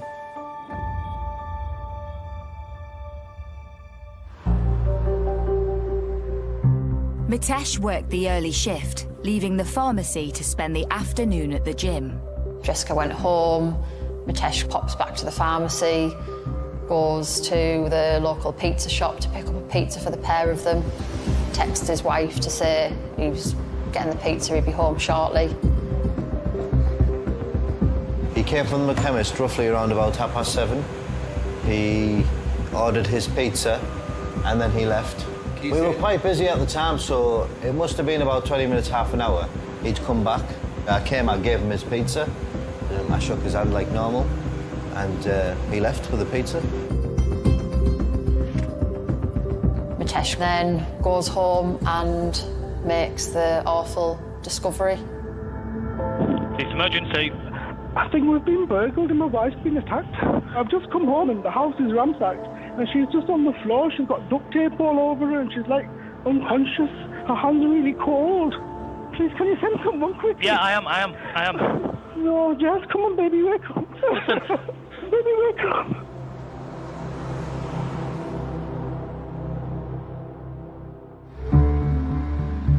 Cleveland police respond immediately and preserve the crime scene. We have in the investigation what we call the golden hour. The first hour is critical because the evidence is contained in the scene and it's nearby. You seal the scene totally and nobody, absolutely nobody, including the husband, goes back indoors. Once that's happened, you'll talk to the witness and get the story of events. News of the attack soon spreads. I just came back from a friend's house. I couldn't get into the road. Loads of van police, 2 ambulances. It was like a movie, like something you'd see out of a movie. To be honest, it was absolutely horrendous. Police have launched a murder investigation after a woman was found dead at her home in Middlesbrough. Officers were called to a house on the avenue in Linthorpe at 8:20 on Monday evening. 34-year-old Jessica Patel, originally from the Leeds area, was found with serious injuries at an address in Linthorpe and was pronounced dead at the scene. Detectives are appealing to anyone who may have seen... I got a call from my younger sister and she just said to me that something's happened in Middlesbrough. So I asked her, I was like, you know, is everything okay? She says, I don't know, Dad's gone. We're just gonna wait and see when Dad gets there what he says. So I said, okay, keep me updated. But when I woke up, I saw my husband sat at the end of our bed. I sort of sat up and I looked at him. And when I looked at him, I thought, something's not right. And he turned around to me and he just said to me, I've got no easy way to say this to you, but Jess passed away last night. I think those words in that instant hit me like a ton of bricks. My heart started racing a lot like it's racing now. Just thinking of that moment. I didn't want to believe him. That can't be true. You know, how could this just suddenly have happened? I remember calling Dad and Dad's confirming that it was true. Something had happened, a burglar had got in and Jessica had been harmed in the process and that she'd been killed. After receiving the devastating news, Jessica's family immediately rally round and make their way to the family home to support her husband, Mitesh. I walked into their main living room where Mitesh was sat on the sofa and I went straight over to him, sat down next to him, and he buried his head into my shoulder and was crying. I consoled him and just hugged him and told him that no matter what, we were there to support him. I myself was crying. The whole room, to be honest, was crying. Everyone was upset. News of Jessica's murder sends shockwaves through the village. I can't really know that. How can a murder happen in this beautiful place? It's a Linthorpe village area, everyone's friendly, and, you know, all of a sudden you actually hear like that she's been killed. And you think, you know, how can somebody do that, especially to a chemist, a pharmacist person who's actually, you know, there to help you.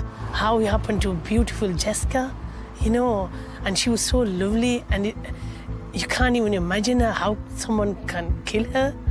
It's a fear. It's a lot. I no words really. It felt like there was a serial killer at large, and you wondered if they were going to do it again.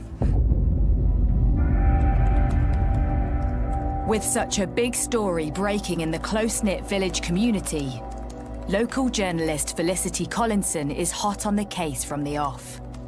I went out to the scene and the street was just like really quiet, you know. It was quite like an eerie quietness that morning.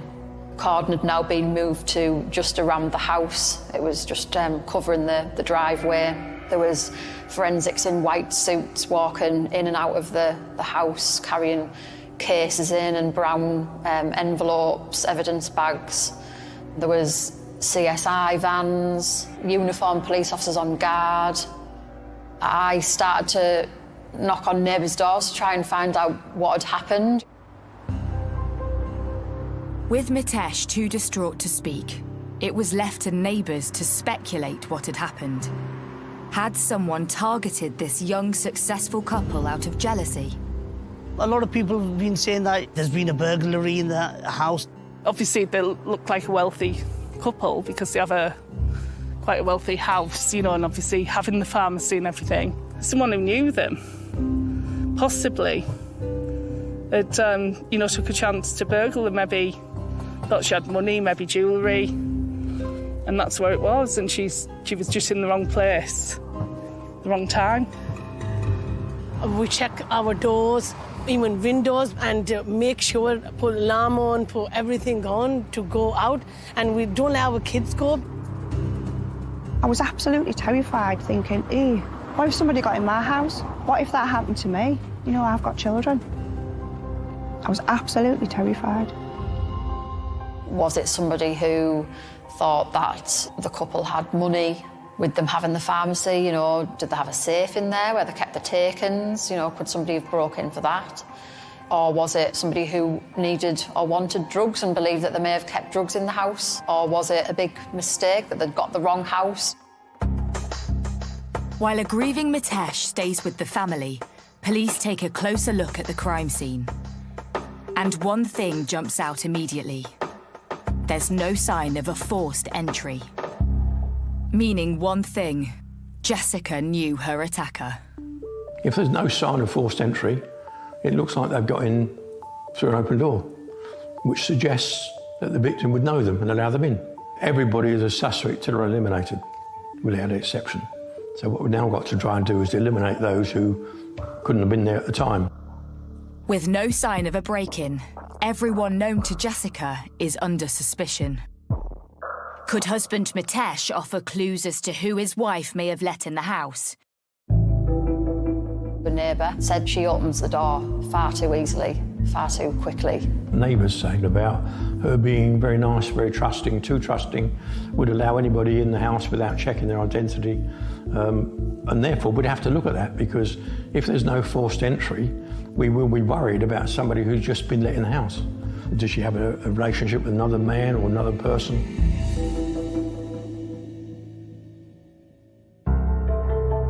Police need to identify a timeline of events in order to pinpoint when the killer gained access to the house. So they turn to Mitesh for help. You'll want to know where he was, what time he went, because the timeline, when he left and when he came home, is significant, because you need to be looking at perhaps other houses and CCTVs. Mitesh explains to police that after going to the gym, he had gone out to get pizza at his usual takeaway, before returning home to discover his wife's body. The husband of the victim seemed like he was a pleasant, kind of like quiet type of guy, wasn't he? He'd just do his work. He'd come, he'd order his food, you know, go home like everybody else.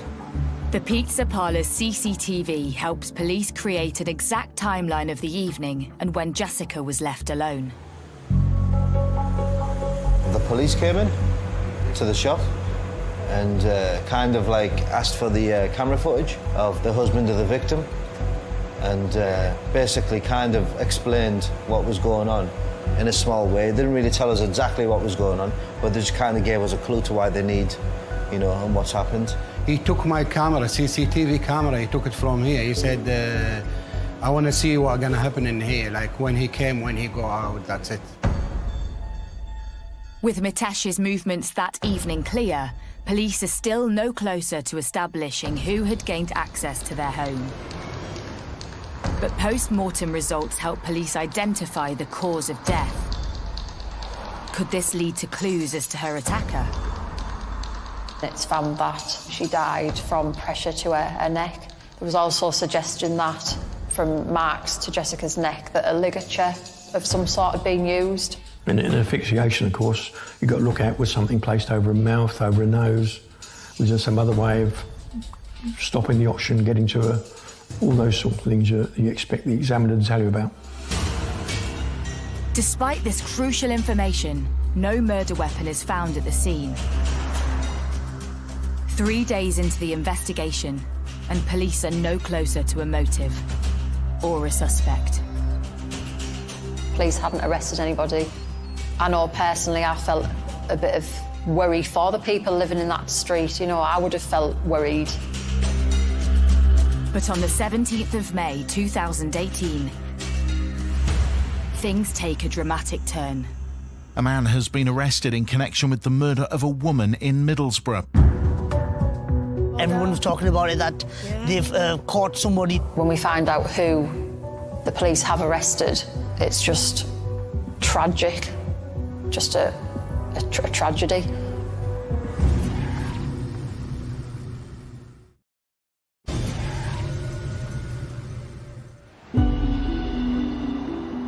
In the pretty village of Linthorpe, the close-knit community has been coming to terms with the murder of local pharmacist Jessica Patel. In the days since, Jessica's family rally around a grieving Mitesh.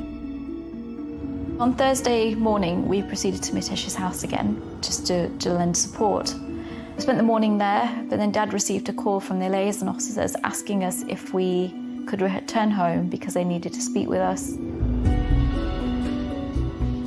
They didn't really tell me what it was for, but something related, which I thought they may want some more statements. We come home, we sat in that room, and there's the police, the family liaison officers, and they said, Mr. Patel, we have to tell you this. It's Mitesh.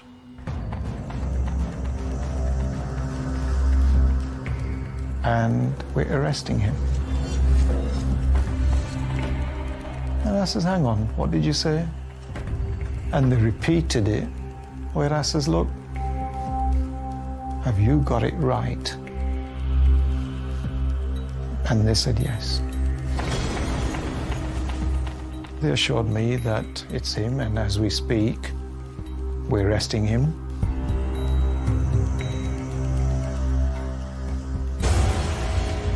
Having just spent the morning comforting Mitesh, his arrest comes as a shock to Jessica's family.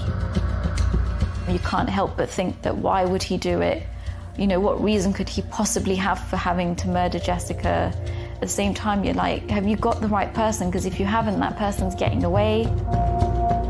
Yesterday afternoon, police arrested a 37-year-old man in the West Yorkshire police area on suspicion of murder following the death of 34-year-old Jessica Patel in Middlesbrough on Monday. The man remains in police custody. News of Mitesh's arrest becomes public and locals react in horror. How could this loving husband and pillar of the community have anything to do with such a brutal killing? It was a bit of a shock, to be honest with you, because we thought of them as, you know, good people, normal people. We didn't think anything was going on in their home. We were all just so shocked, gobsmacked, really. We're still thinking, is this really a husband who's been, you know, arrested for her murder? You know, he's a pharmacist, she's a pharmacist. You just don't expect this at all. So what had led to the arrest of Jessica's seemingly besotted husband? The man she'd been looking forward to starting a family with. The police are still searching the house, you know, for evidence and clues. And then there's a breakthrough. So senior crime officers find a hard drive wrapped in clothing underneath the mattress. It has a serial number on it which relates to the CCTV in the house. When police had previously spoken to Mitesh, there had been no mention of this CCTV. Surely the first thing that you would do, or one of the first things you would do if your wife had been murdered, is think, oh, we've got CCTV. The footage of the killer will be on our CCTV. But there was no mention of this at all from Mitesh. Police examined the CCTV footage from the hard drive. It shows that it was switched off or taken or removed 6 minutes before he called the police for the 999 call. Police rewind the footage to look for any clues earlier in the day. But what they find shocks them. The CCTV shows that at 3:30 p.m, Mitesh returned home from the gym, but never left to get pizza before Jessica came home from work at 7 p.m. Instead, Mitesh doesn't leave the house till 7:42 p.m. and then returns home with the pizza at 8:15 p.m. 4 minutes later, the camera is switched off. This is a crucial piece of evidence because it doesn't show any other person entering or leaving the house other than Jessica and Mitesh.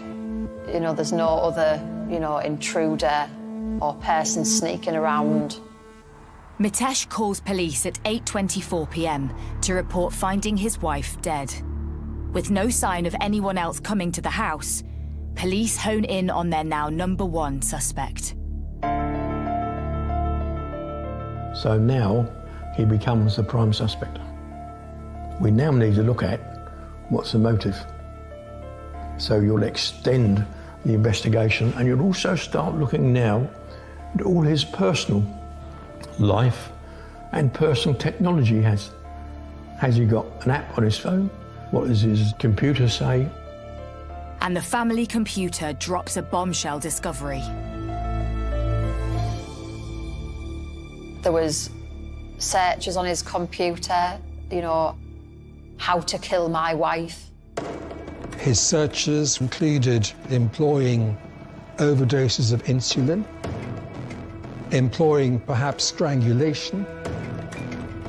We've also got searches on his laptop and on his phone about the fact that he will earn £2 million in insurance payouts from his wife's death. Have police finally uncovered a motive for Jessica's murder? These were various policies that were taken out at various times. It's interesting to note that the first policy was taken out shortly after Mitesh Patel had begun in 2013 to investigate ways to kill. But the biggest breakthrough comes when police look at Mitesh's mobile phone, which recorded his heart rate and activity. Mitesh Patel was not to know that he had this particular app activated on his phone. It tracks not only his steps, but also if he's done any staircases. The app reveals to detectives that immediately after Mitesh had arrived back at the house, at a time when he said he discovered Jessica's body, he had also gone upstairs for 4 minutes before calling 999. There was no reason, no innocent reason, for him to have done that if he was coming home to find his wife's body on the floor just to the right of the front door. So what had gone on that fateful day? And what was the truth behind their seemingly loving relationship? The 14th of May seemed to have begun like most other days. It's right that Mitesh went to work early that morning. Jessica got into work herself an hour or two later. The day continued as other days. Because he'd worked the morning shift, Mitesh Patel left work. He was due to go to the gym at lunchtime, and then he went home. He spent the rest of the afternoon in the family home, and he was there when Jessica got home from work. Of course, he was to lie to the police about that, but he was there when she got home from work, shortly after 7. Detectives established Jessica was killed soon after arriving home. And before Mitesh left the house to get pizza 42 minutes later. after he'd murdered his wife. He left the house. He then went to the pizza parlor just down the road and ordered a takeaway. He looked like he was on edge or there was something wrong with him, but we didn't take any notice. He returned to the family home. He's got to have dismantled the CCTV footage, gone upstairs, hidden it, then come downstairs and then made the call. It's emergency. I think we've been burgled and my wife's been attacked.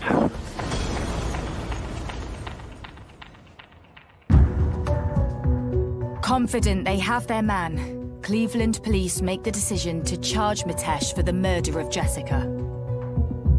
To be honest with you, after all that and how I was feeling, and for this to happen, you won't believe, obviously, what we went through.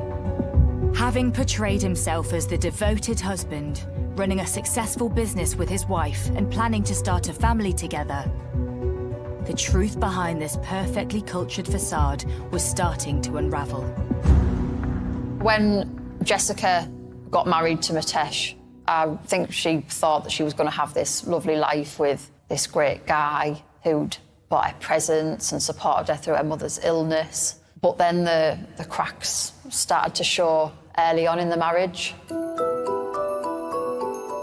One of the things that she found difficult was that there was not a great deal, if any, sexual activity between her and her husband. Desperate to start a family, Jessica sought IVF treatment as an alternative way to have children. But this took a destructive toll on her well-being and the couple's relationship. She was injecting herself in the stomach with steroids and all sorts, and at the time she ended up on antidepressants. She became such an anxious person. Mitesh would quite often blackmail her by telling her that he would leave her and their relationship would be over if she was unwilling to carry on with going through the rounds of IVF.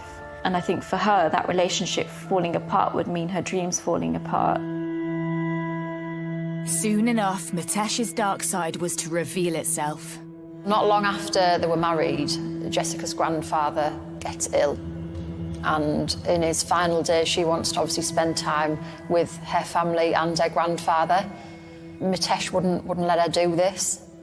And there's reports that in the car one day, she's sort of like trying to put her case for wanting to go and see her grandfather, and he doesn't want her to, and he apparently hits her. She told a family member that he put his hands around her neck and that it hurt. A pharmacy worker had seen Jessica limping, and apparently Mitesh had thrown a mobile phone at her. And as time went on, she became not just less bubbly, but more withdrawn and even losing weight.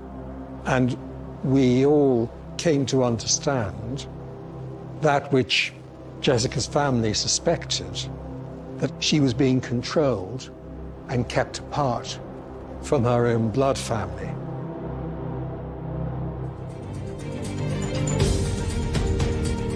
But what could have led this once happy marriage to end in tragedy? Why did Mitesh want to keep Jessica apart from her family? And why did he end her life in such a violent way?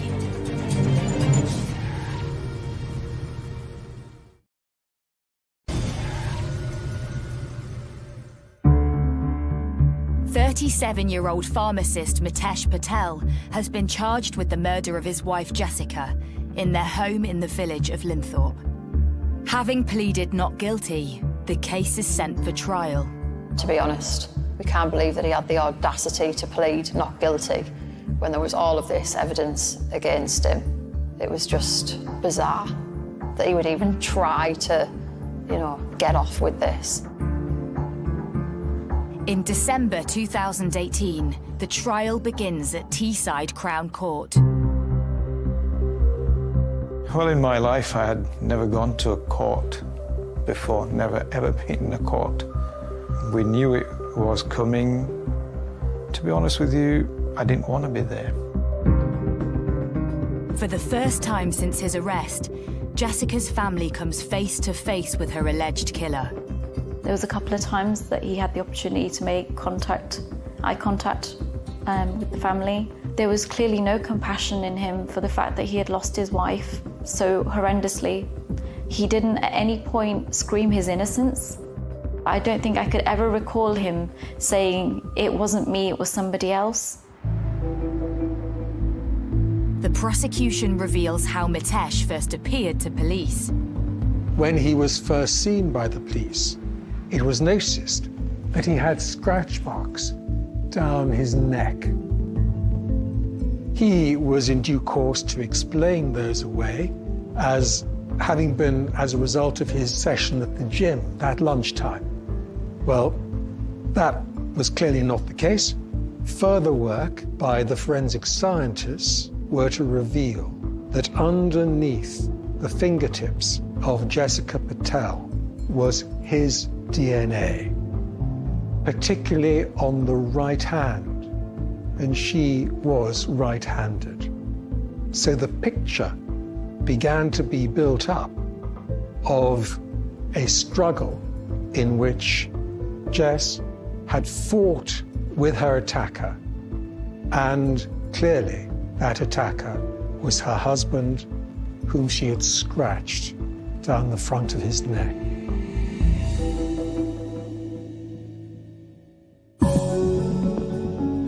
Police have never revealed what they believe to have been the murder weapon until now. It's found that she died from pressure to her neck. At the scene in the house was a Tesco carrier bag, and tests showed that the inside of the bag had traces of Jessica's saliva and blood in there. There was also suggestion that from marks to Jessica's neck that a ligature of some sort had been used. So it was surmised that the Tesco carrier bag had been used to suffocate Jessica. After suffocating her, the court is told Mitesh bound her with duct tape. Crucially for the prosecution case, a reel of duct tape was discovered in the pharmacy, with police believing Mitesh hid it after going to order pizza on the night of the murder. The jury were given both pieces to look at. They were photographed, and once the tape had been flattened, it was the clearest possible fit, just like a jigsaw puzzle. It was unique. I was present at the court every single day. I think 95% of what came out in that courtroom we were unprepared for. There was only 5% of that we went in knowing, and that 95% was devastating. To learn what Jessica had gone through, how she had died, what he had subjected her to all those years, it was just devastating. But the biggest shock was yet to reveal itself in the courtroom. Far from the perfect life they had portrayed to the world, it seems Jessica was harboring a secret about her husband. Jessica found evidence on her husband's phone of the gay flings he was having and of pornography. He insisted it's banter. He insisted he loved her more than anyone. And if she wanted, he would give up seeing anyone else. He said all he wanted was her and to have their baby. He had extramarital affairs with men. He was a regular user of the gay app, Grindr. He was caught in clinches with another man in the pharmacy, which was recorded on the pharmacy tapes. But it soon became clear to the courtroom that Mitesh had already found another love abroad. Messages were found on his phone from a lover in Australia who he wanted to set up another life with. In 2011 December, on the Grindr app, he met a guy called Amit Patel. So was Mitesh's dreams for a new life the motive behind the callous murder? Mitesh plans, and she was making steps to make her dreams come true. Michelle was just a hardworking single mother of 3. She had 2 jobs. She would bartend at night. She also had a tanning business, which she advertised with decals on her Hummer. She was also going to cosmetology school. She wanted to make a better life for herself and also her 3 kids. She worked hard. She loved her kids. She was an awesome mom. Those kids are so well taken care of. If you look at her photos, you can tell that cosmetology was important to her. She was always made up. These are photos of Michelle Parker from the Michelle Parker Missing Person Facebook page. Always had her nails done, who always had her hair done right. She was in school to get the license and the certification to one day work for her mother and the salon. She's like a magnet. She just draws people in. She's a beautiful, beautiful person. Michelle Parker turned heads, and she turned Dale Smith's head. And he was good looking, she was good looking. Michelle Parker and Dale Smith had twins together and were even engaged at one point. Michelle was also taking care of her 11-year-old son from a previous relationship. They met, they fell in love, and then the worst happened. Michelle Parker and Dale Smith, her fiance, they appeared on this episode of The People's Court. It was one of those relationships that went sour, and it went south pretty quickly. They were fighting over a $5,000 engagement ring. She threw the ring off a hotel balcony during an argument, and he was suing her to get some compensation for it. He's just outside the door, maybe about a foot. And then he said that he wanted his ring. So I took it off, and I threw it at him. Then when the engagement was over, he wanted the ring back, which of course he couldn't get, so he wanted the money that the ring was worth. The judge on the People's Court decided to split the cost, so Michelle Parker would have to pay about $2,500 to cover half the cost of that very expensive diamond ring. The People's Court episode was filmed over the summer, but it didn't air until November, and the family didn't even know when it was airing. So really, it was a surprise to everyone that this episode was on TV. Vaughn Parker, Michelle's mom, told me specifically that it was not likely Michelle's idea to go on that episode. She felt somewhat humiliated afterwards. And Michelle's mom explained that for the first time to ABC News. It was just so that she wouldn't have to pay for that engagement ring. She said, that was the most humiliating experience of my life. I don't even ever want to see it. So this case might not have stood out, but then it did. Because the day it was airing is the day that Michelle Parker disappeared. So it was November 17th, 2011. And the People's Court was going to air at 2 o'clock local time in Orlando. But Michelle Parker was out and about, and the last time she was seen was at 2:30 at her mom's salon. So it doesn't look like she actually watched the show. And then that's the last time the mother would see her. So at 3:30 that afternoon, Michelle's 11-year-old son gets home from school, and normally Michelle was there, but she wasn't at the house.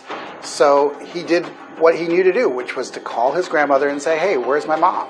Michelle's mom told ABC News about her grandson's concern.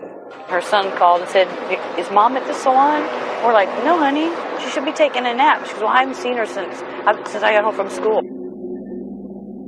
It was really out of the routine.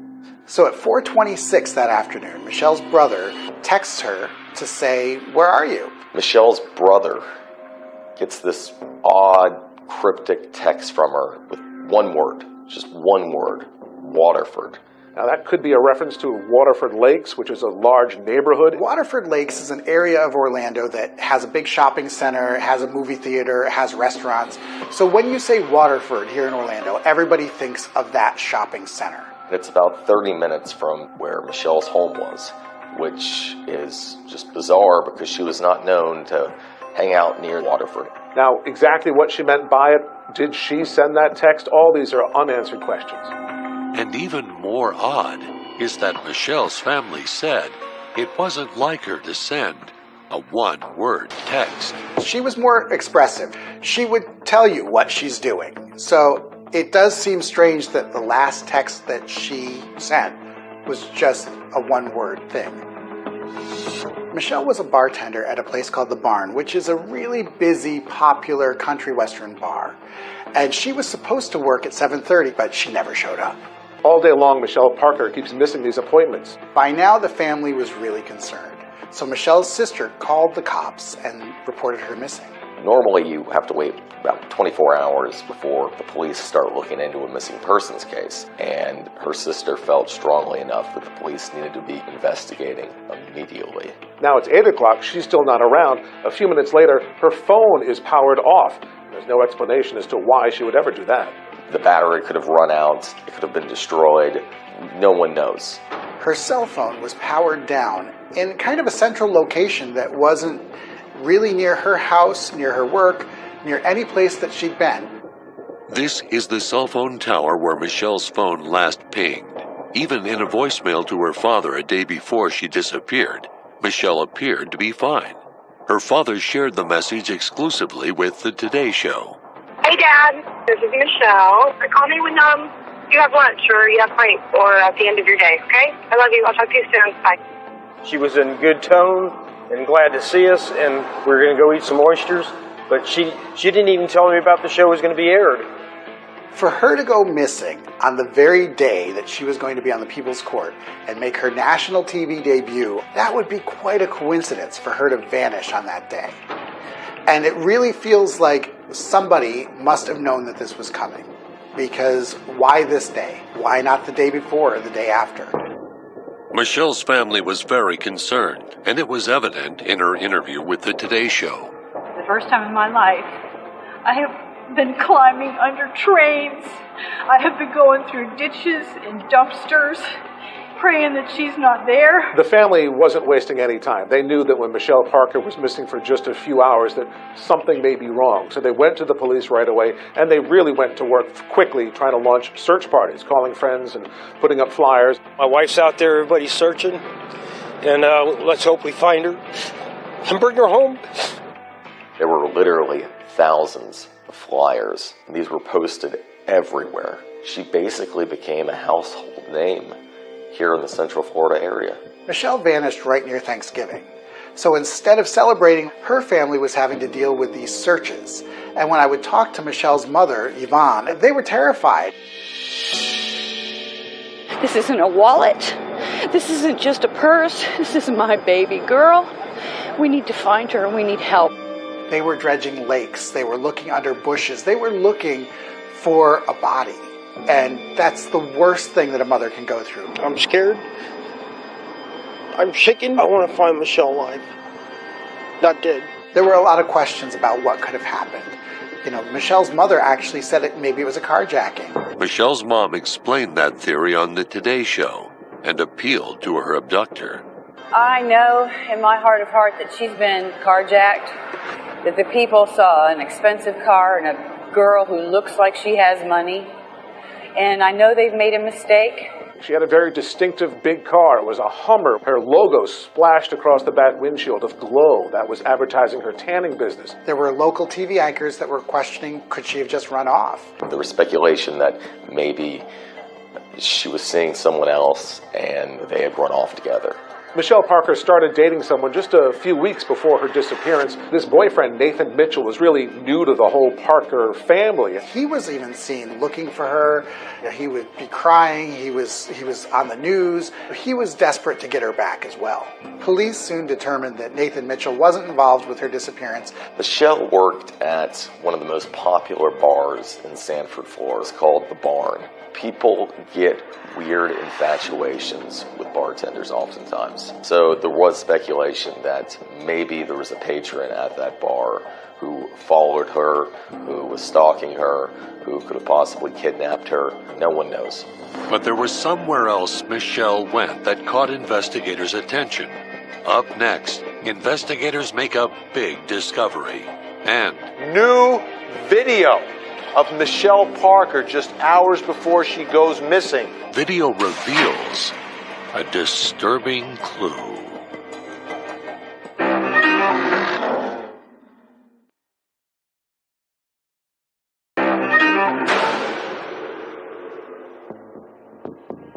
Michelle Parker, a beautiful mom of 3, vanishes on the very day that the People's Court airs that shows her and her ex-fiancé fighting over a ring. These are photos of Michelle Parker from the Michelle Parker Missing Person Facebook page. Police, family members don't know where she is, and attention is pointing to a lot of people who may be responsible. Here's what we know. Michelle was last seen at 2:30 at her mom's salon. At 3:30, Michelle wasn't home when her 11-year-old son arrived after school. At 4:26, Michelle's brother received a text from her with one word, Waterford.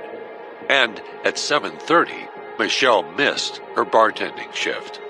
But there was somewhere else Michelle went that caught investigators' attention.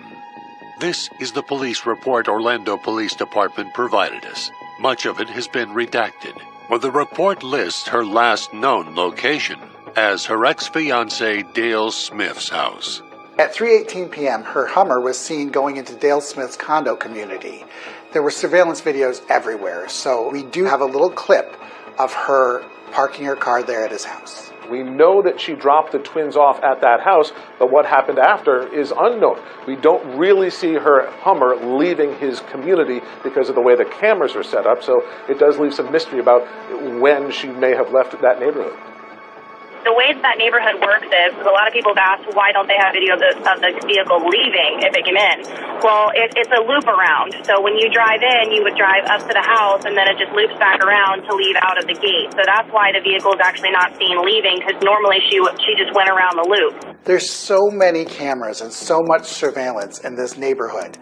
So it's really strange that all we see is this few-second clip of her vehicle. There may be more. The cops may have it. They may not have released it. In the first days of the search, you really didn't see much of Dale Smith because he was home taking care of the couple's twins and her other 11-year-old child. So he was not out as much going through the community, putting up flyers or wearing the T-shirts trying to find her.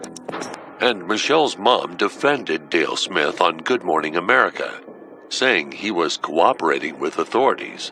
The police have investigated, they've talked to him, they've searched everything he owns, he's let them in his home, they have his computers, he's with my twin babies right now, my grandbabies and his children, which is where he needs to be. He is crying every time I talk to him on the phone. They took his cell phones and his computers, and he was a victim as much as everybody else. The only thing we've heard from Smith's family is on the first day of the search, when his dad vouched for his son. He ain't got nothing to do with that. He was here the whole time she was supposed to be gone. Then investigators make a big discovery. That distinctive Hummer that Michelle Parker drove was found the day after she was reported missing. It was found the other side of town, not really near where she lived. Michelle's Hummer was found in the parking lot of the Walden Palms apartments. The apartment complex wasn't the type of place where you would expect to see a Hummer. You know, it's kind of run down, it's in a rougher area. Nobody thought that Michelle had any business over on that side of town. On that Hummer, for years, there was a decal that basically was promoting that tanning business. The decal, and it said Glow, also would have had her phone number on it.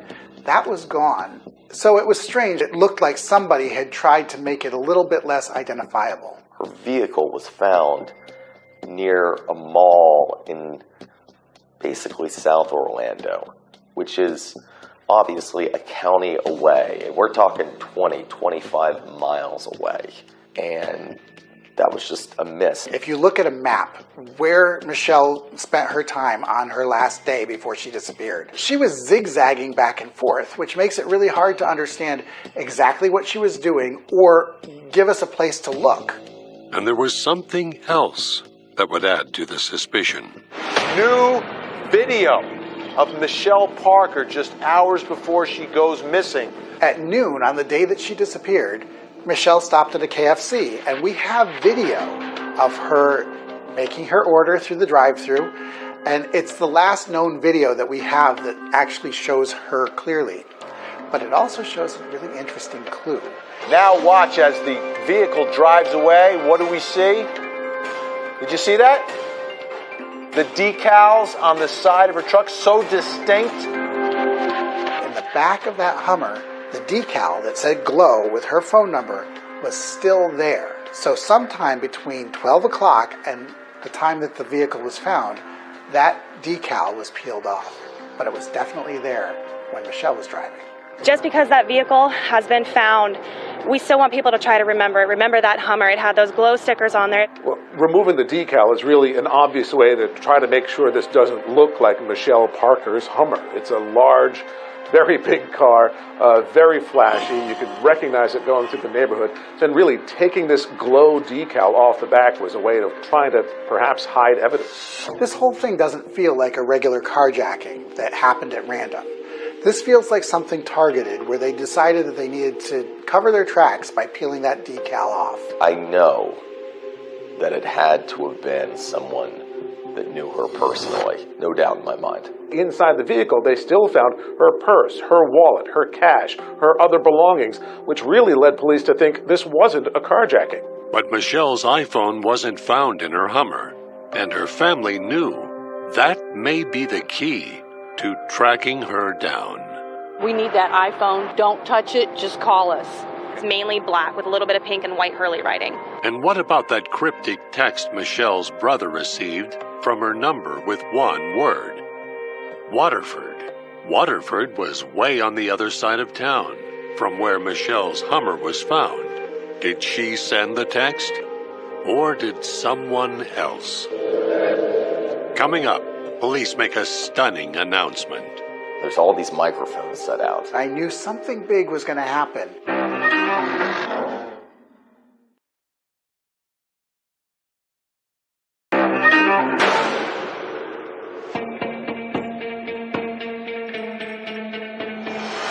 Best mom ever. I was real proud of her. I told her that a week before she went missing, how proud I am of her. She's done everything right.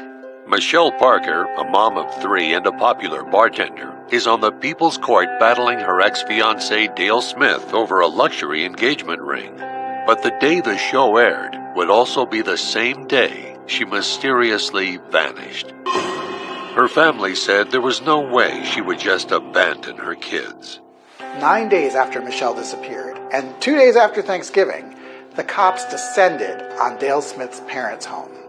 And this wasn't just a little polite door knock. This was multiple vehicles, multiple officers, that it was chaos.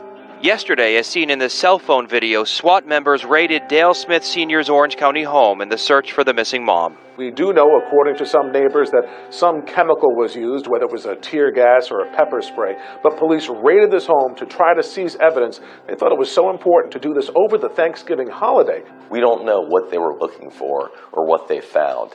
Late today, a man believed to be the father of Michelle Parker's ex-fiancée refused to answer any questions. Sir, can we talk to you for a moment? Can we talk to you about the raid here, sir? They must have had a very good clue that Michelle was in there. Evidently she wasn't. Then, 11 days after Michelle disappeared, there was a police press conference with Michelle's family. There's all these microphones set out. I knew something big was going to happen. It's rainy, and it was sort of eerie. After numerous tips and investigative leads, we are officially naming Dale Smith, the ex-fiancé, as the primary suspect in the disappearance of Michelle Parker. Mr. Smith is our primary focus. Dale, if you're out there, honey, and you're listening to me, if you made a mistake and it was just a second of like, oh, I lost my head or whatever, and you didn't know what to do, our family needs to have Michelle home. It was surprising that they made such a declarative statement like that he was a suspect, but then they didn't arrest him. And it didn't really go anywhere from there. Chief, is Dale Smith a murder suspect? We have a missing, beautiful young lady that we're trying to recover at this point. It made everybody wonder, what evidence do they have? And is it not enough evidence for them to make an arrest? Do you believe Dale Smith has lied to you? We offered him a polygraph, and he simply refused. We can only guess that Orlando police was trying to get a reaction out of Dale Smith. Vaughn and Brad, Michelle's parents, they seemed like they knew this was going to happen. You kept saying that, from the beginning, the whole family kept saying, no, it's not a suspect. He was cooperating. He was cooperating. That's why. Are you frustrated that he is not been taken into custody or not charged? I'm very frustrated. After Dale Smith was named as the suspect, all hell broke loose. Dale Smith, whom police say is their only suspect in the disappearance of his ex-fiancée Michelle Parker, lunged at a news photographer, knocking him to the ground. People who arrived with Smith could then be heard jeering the fallen photographer. The Today Show was among a group of photographers that caught the incident on camera. Authorities actually took his kids away, saying that they feared for the kids' safety. I'm Mark Nejame from Nejame Law, and I was one of Dale Smith's lead attorneys. It's natural that he would be a suspect. Any spouse of a missing other spouse is going to be the first suspect. Some people saying, well, I think it was him. That's not enough. And this isn't even one of those cases where a slick defense lawyer spins something.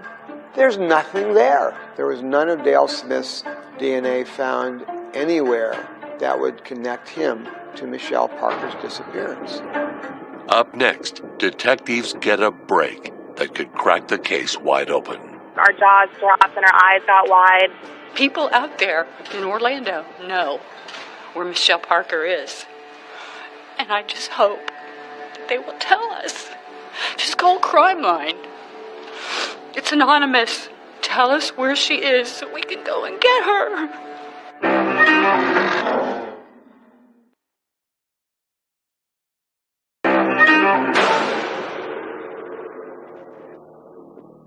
Michelle Parker is a hardworking mother of three. She's got 2 jobs, going to school, trying to be a cosmetologist. Now her ex-fiancé is the prime suspect in her disappearance. She was an amazing girl. Everybody loved her. She always have a big smile. Even if she have a bad day, she always was smiling. Michelle Parker fights her ex-fiancé on the People's Court, but the same day the episode airs, she suddenly vanishes. Are you looking at an arrest of Dale Smith? We are still in the investigating stage. About an hour and a half after that episode of the People's Court aired in Orlando, Michelle was at her fiancé, Dale Smith's house, dropping her twins off. And no one knows what went on when she was there. All we're trying to do is connect the dots. And there's just a few more dots that we need to connect to resolve this. Did you kill her? Do you have any idea where she is? Where's Michelle? Did you kill her? Where is she? Does Dale Smith know where Michelle Parker is? No, of course not. What do you say to people who say that this is incredibly odd, that the same day that Michelle disappears, she's on the People's Court? I would agree with them. It is odd. Those are the serendipitous things that happen in life. So it's wholly appropriate that law enforcement should have, did fully, completely, and absolutely investigate him from top to bottom, and everybody and everything surrounding him. But they came up with nothing to tie him into it. My frustration lies in the fact that I'm a mother. This is my firstborn child. And I don't know where she is. And I don't know who did it for sure. I don't know where they put her. How disrespectful that is. Man up. You know? Do the right thing. 2 days after the state takes Dale Smith's twins away from him, he goes back to court. The judge, to the surprise of everybody, gives him custody of the kids again. All of us were looking at each other in the media, just like, I can't believe he has these kids back. He'd just been named a suspect. So for him to get his kids back, that was shocking. It was an interesting hearing because right afterwards, it was Michelle Parker's mom, Yvonne, who went up and hugged Dale. I hugged Dale to tell him that my grandbabies, I want to be able to see them. And I hope that, we can work something out because they're so important to me. Smith's attorney says investigators interviewed the 3-year-old twins about the day their mom disappeared. They talked actually to the children, who were very minor at the time, but there was simply a question without any adult being around. Did you hear them yelling? Did you hear was there any blood? Was there anything that anybody saw? And there was none of that. Police didn't confirm if the children were interviewed. And while Dale Smith was granted custody of his children, his criminal past was also starting to surface. Dale Smith had a record. He had been dishonorably discharged from the Marines. He had gotten into fights. He'd gotten charged with attempted aggravated battery. He had a drug charge. 2001, Dale Smith was court-martialed and convicted in a military court for domestic battery of his former wife. The Today Show spoke to her brother, whose pain is still evident. The physical and mental abuse that he gave to her, she was pretty upset. She had never been treated like that by anyone. He also had a restraining order that had been put out against him by Michelle. And the details were basically a yelling of obscenities, but one of the things he said, according to the paperwork, was, "Your day is coming." We don't know what that meant, but 2 years later, she disappeared, and he was the suspect. Now, the judge considered that request, but dismissed it, saying there was insufficient evidence to issue a restraining order. There was a pretty tumultuous relationship. Right before she went missing, they only spoke whenever they had to deal with the children. It was never good. It was always just like borderline walking on ice. This is a man who had a record, and these kids were given back to him just 2 days later. Can you imagine? I'm Rajan Joshi, one of the attorneys for Dale Smith.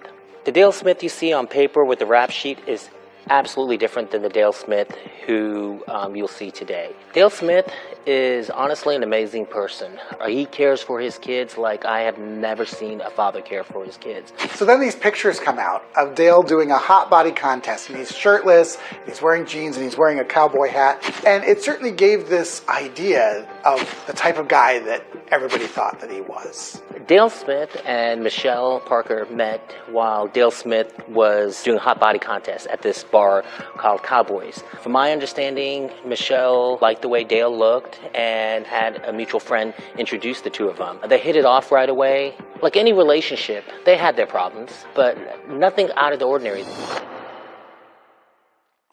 Then, a major development in the case.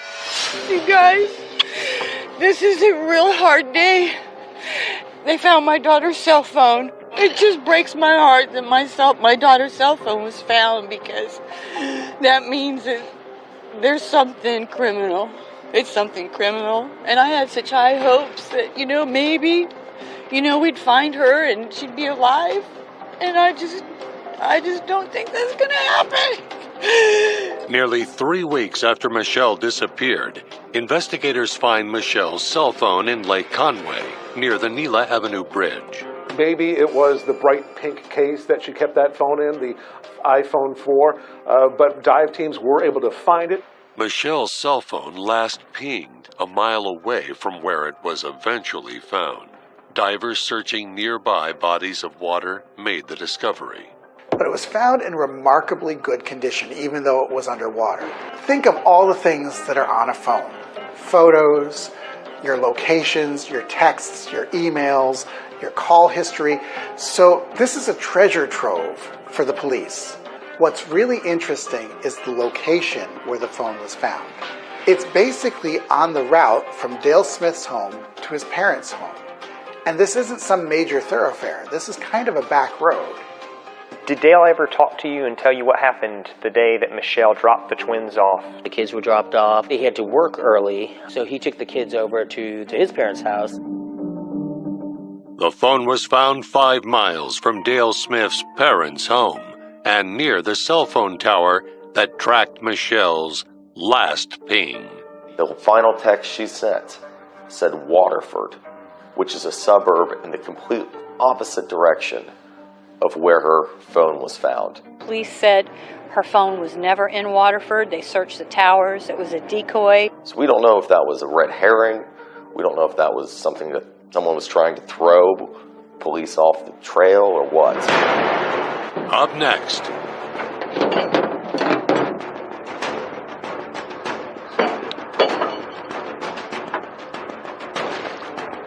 I know positively for sure that's a body. I have no doubt. What clues are in the water? And a bombshell development in the case. The perpetrator of this crime did not act alone. This was a two-person situation.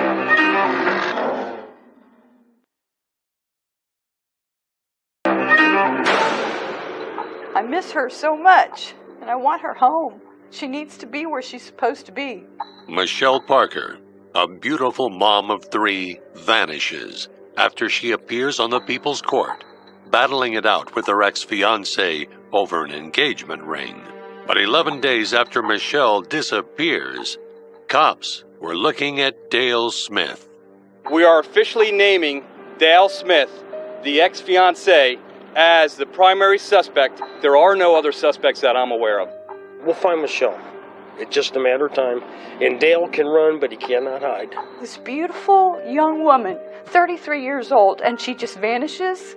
And the last person to see her, he has to know something. Dale Smith did know that segment of People's Court was going to air. I would point out, though, he prevailed in that case. If it was Dale Smith, what did he do with the body if, in fact, he had killed her? There was no way he could have disposed of the body. The children were in the apartment. He didn't go anywhere. I believe if he had nothing to hide, he would have taken a polygraph test. He would have been out here helping us find her. Dale Smith's attorney claims his client did try to find Michelle. He is specifically requesting and asking for a full-scale search team to come into Central Florida, headed by Tim Miller, the foremost searcher in the United States from Texas EquiSearch, to help find her. What guilty person would do such a thing? I've spoken to Tim Miller, my friend and former client, today. Without a body, any prosecution is going to be difficult. We can't find Michelle's body to prove that she's deceased. But this world-renowned search expert, who has found over 400 missing people and the remains of more than 250 others, has state-of-the-art equipment to find missing people. I know positively for sure that's a body. My name's Tim Miller, founder director of Texas EquiSearch. After Michelle's phone was found in Lake Conway, speculation was mounting that Michelle could possibly be underwater. One of the tools investigators use in a case like this is a side-scan sonar. We do this our training also as far as making a dummy, putting it in the water. Side-scan sonar works the same principles as ultrasound. It sends sound waves down, it picks up an image, it sends that image back. In his career, Tim Miller says he's found over 50 bodies in cars using side-scan sonar.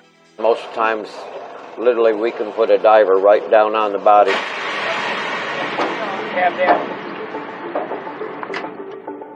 There he is. There's a picture of him. I know that's a body. Right there's a leg, there's an arm, there's a head. Miller says that no matter how long someone's been missing, there is hope that a body could still be found underwater. We have found one after 9.5 years. That was in a container. The skeletal remains were in the container. I was asked to help out with the Michelle Parker case. Family member contacted me, Martin James, attorney in Florida. He contacted me, wanted us down there. And we let him know that we never get involved until law enforcement approves us coming in. However, Miller says the Orlando Police Department didn't approve his involvement in the search, but wouldn't comment further. And in a shocking twist, 2 years after Michelle's disappearance, police have another key piece of evidence: the last known images of Michelle's Hummer. In the video, you'll see that the car is not following anybody. No one is following the car. And the glow stickers that made it so prominent are no longer on the vehicle at that time at 8:55 p.m. It's at a stoplight. It's really seen not too far from where it was recovered by the police a day after her disappearance. The Hummer was caught on video at 8:55 p.m. on the day she disappeared. That means there was a 5-hour gap from the time she dropped her twins off to the time of this video. Michelle was not in the car. The sticker was off. Somebody who did something to Michelle was driving that vehicle. But the most interesting thing about that press conference is that authorities said that there might have been 2 people who were involved in the disappearance. I firmly believe, after investigating this case for 2 years, that the perpetrator of this crime did not act alone. This was a 2-person situation. Do they see movement or something in the passenger side side mirror that suggests someone is sitting there? The windows were a very dark tint, and you could not see in them. But the other thing about there being two people is that takes this from being some little crime of passion to something that's a lot more coordinated, a lot more calculated, a lot more planned out. So in legal terms, this would certainly turn it to a first-degree murder case if a body were found. Do you know, was there anybody at Dale Smith's home the day that Michelle dropped her twins off at his house? If there was, neither I or anybody out of the 7 billion people on the planet are aware of it. With no signs of an arrest, Michelle Parker's family decides to take matters into their own hands and fight back. I am in the rage stage.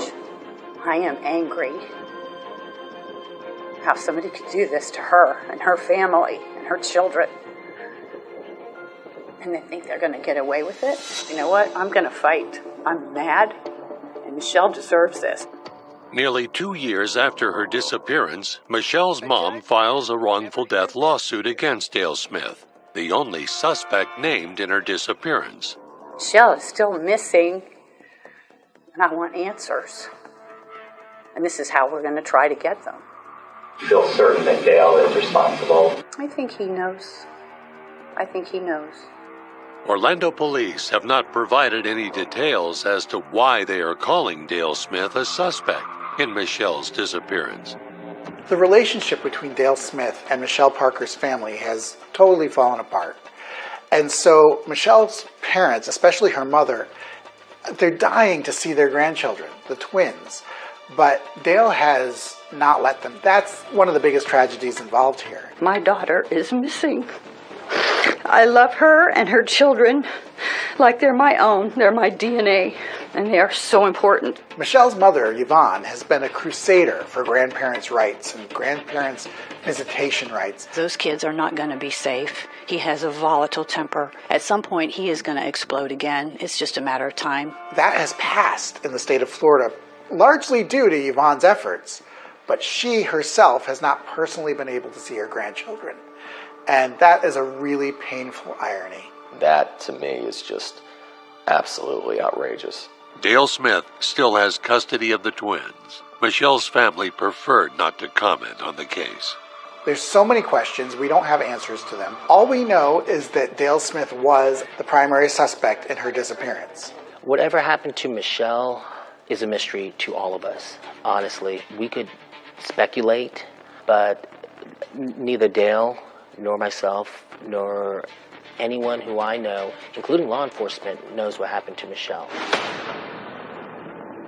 Dale Smith continues to deny allegations that he had anything to do with Michelle's disappearance. All these years later, and this is still in the courts, and really still a story about a family that's been torn apart. The family has said that the worst thing is not having any answers, not knowing what happened to her, really not even knowing if she's alive or dead. Michelle's mom expressed on the Today Show how hard it's been.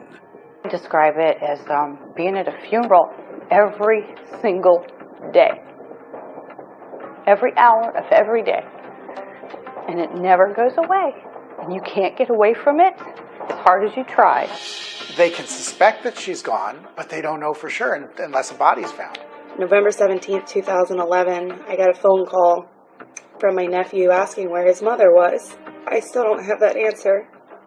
It's very hard, and we have fought, and we have worked, and we have not slept. I just want to say to all of you, thank you so much for all of your prayers, all of your support, for random days just sending us messages to tell us that, hey, you know, I saw a flyer, or I was thinking of your family. It truly does help, and it truly does mean the world to us.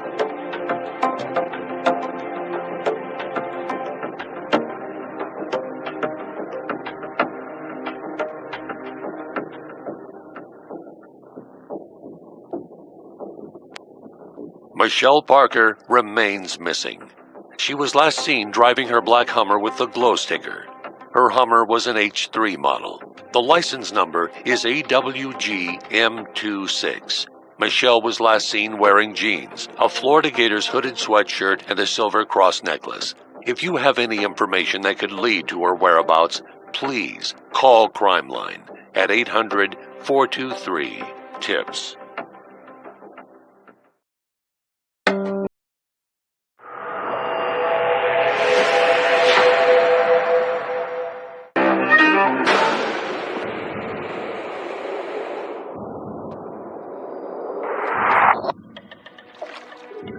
We really have no idea how she got there.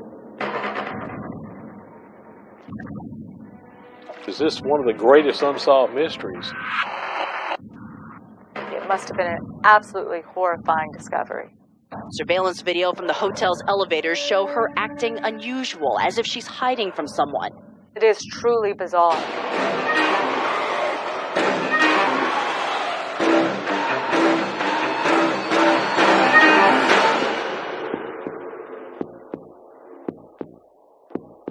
Just a few miles from the glitz of Hollywood, California, and the beach along the Santa Monica Pier sits downtown LA. Known as the entertainment capital of the world, every year, millions of tourists flock to see Los Angeles. In January 2013, Elisa Lam, a 21-year-old Canadian student, took a trip to LA.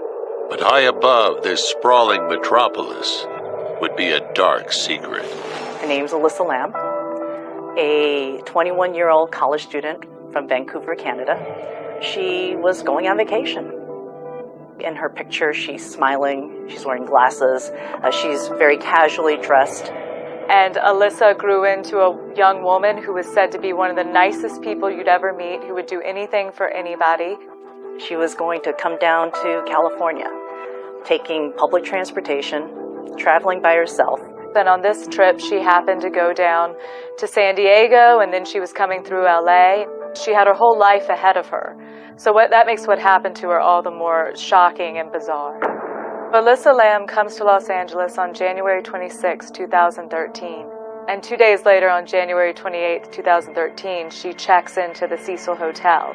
They had this super slick website that made it look like you were staying in this adorable little boutique hotel with really affordable rates in the heart of up-and-coming downtown Los Angeles. But 3 days after checking into the hotel, Elisa Lam mysteriously vanishes.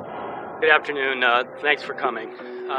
Yesterday, we were made aware of robbery homicide of missing persons case, Elisa Lam. She was last seen on the 31st at the Cecil Hotel at 640 South Main Street. She would be in daily communication with her parents and her family back up in Vancouver, British Columbia, and the contact stopped, which raised suspicion for the family. Right now we're asking your help. We have a photo. Parents are here. They've flown down from Vancouver, and we're seeking to get this photo out so we can find Elisa. You see Elisa's parents in the background just looking so heartbroken and bewildered and confused. And they don't say anything, but you can see on their faces how terrified they are for their daughter. I remember this press conference because I was like, okay, there's, someone who, is of my race who's missing. There's agony. They want their daughter to be found. They want their sister to be found. They contacted the hotel and verified that nobody had seen Elisa, and so a report was made with the Los Angeles Police Department. There's been no communication at all, and that's worried us and worried the family, so we're proceeding with the investigation on it.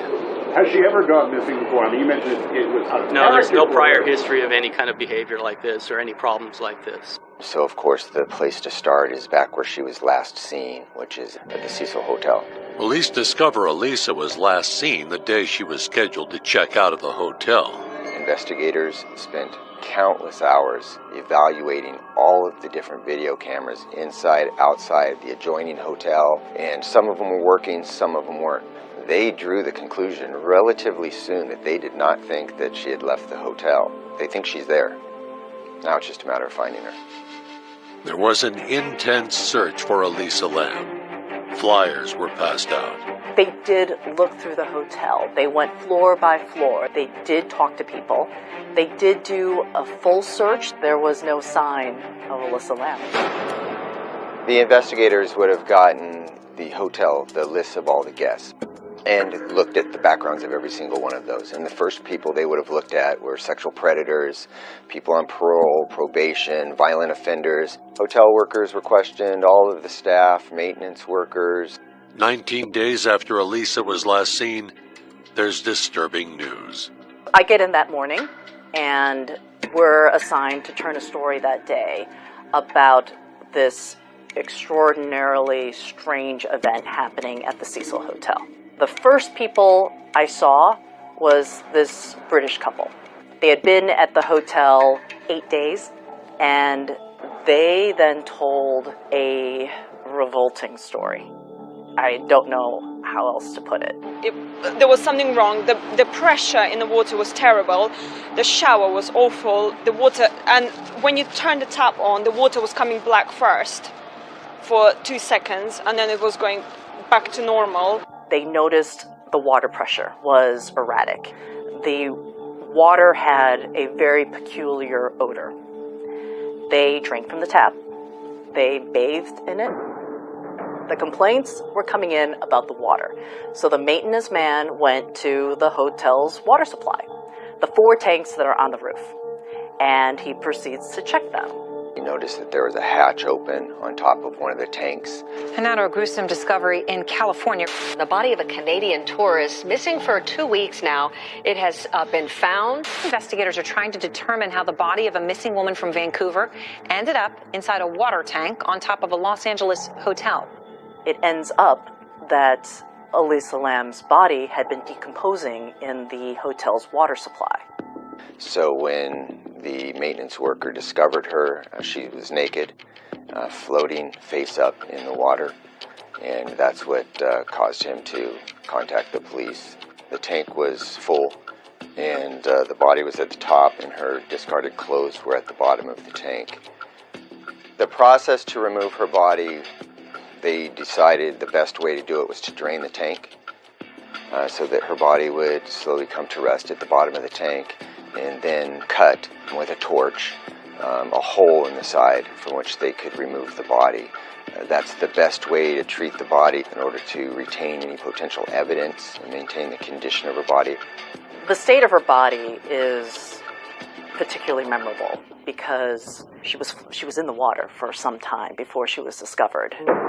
Obviously saturated with water, the skin's very wrinkled. And she wasn't wearing any clothes. There may not have been an immediate recognition of her because, the skin around her eyes would be kind of bulging and her skin would have been just very bloated and discolored. Through markings on the body, investigators were able to determine it was Elisa Lam. Along with her clothing, her wristwatch, and her room key were also discovered in the tank. The fact that a body has been found in a water tank on top of a hotel, that's automatically suspicious. That's just not where you expect to find a body. So when they found her body, of course they're going to treat it as if it's potentially a homicide in order to preserve evidence. You could see the water towers from the ground. If you step back a couple of blocks, you could visibly see them. There's 4 of them that work in conjunction with one another to fill and refill and regulate the water usage in the hotel. They were 10 feet high, and they were very close together. So it would have been very hard for somebody to get into the water tanks. The tanks are made out of, thick gauge steel. And, of course, the hatch is made out of the same material as the tank. It's heavy-duty steel. It was really difficult to tell just from the video, but the opening was approximately this big. The hatches were unlocked, unsecured. The hatch on it is an access portal, so to speak. It has hinges, but those hinges aren't intact, and you can literally just slide that hatch off to the side. 5 days before her body was found, police released the biggest bombshell in the case. Haunting video of Elisa's last moments alive. It was surveillance video from the top of the elevator. You could definitely see that it was her. You're not exactly sure what's going on. She's pushing buttons, she's cowering in corners. At one point in the elevator, it looked like maybe she was hiding from someone. She seemed to be hiding in a corner, trying to make herself small and be out of sight if someone were walking by the elevator, and that was one of the moments that was rather odd.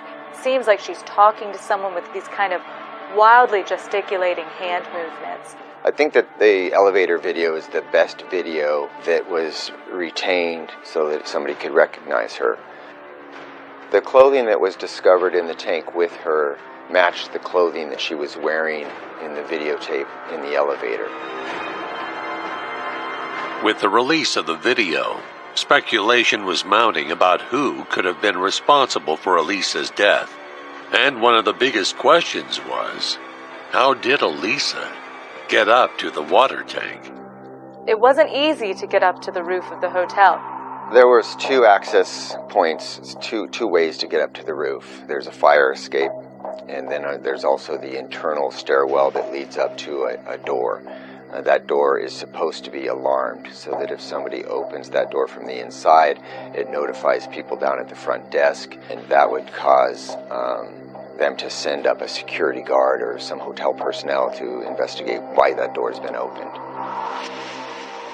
The hotel said the roof was a restricted area to guests.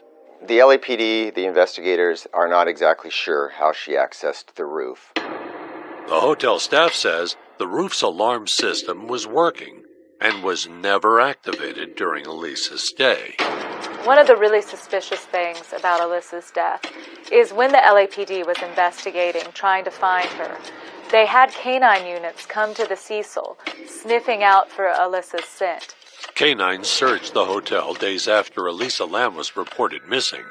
They did go to the roof with the canine unit, but the dogs detected no scent on the roof. How did the dogs miss this? If she was walking on the roof, if she climbed her way to the water tower, how did the dogs miss that? And the LAPD, weirdly enough, did not check the water tanks. So Elisa could have been in that tank the entire time. Or there's the other really strange fact, and that fact is that since the canine unit didn't detect Elisa's scent on the roof, perhaps her body had been placed in the tank after her death. Once you get up to the roof, you've got to remember that everything attached to Elisa Lam, her body and her clothes, they're submerged in water, and that restricts the scent. And most people don't know that there was an alert. The dog did go down a hallway and alert at a window, and that window leads directly out to the fire escape. But that's where it lost its scent.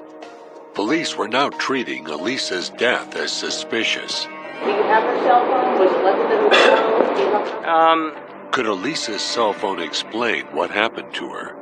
And when the autopsy report is released, I think somebody else had to have been involved for her to get in that position. It would reveal some unsettling secrets and add to the confusion.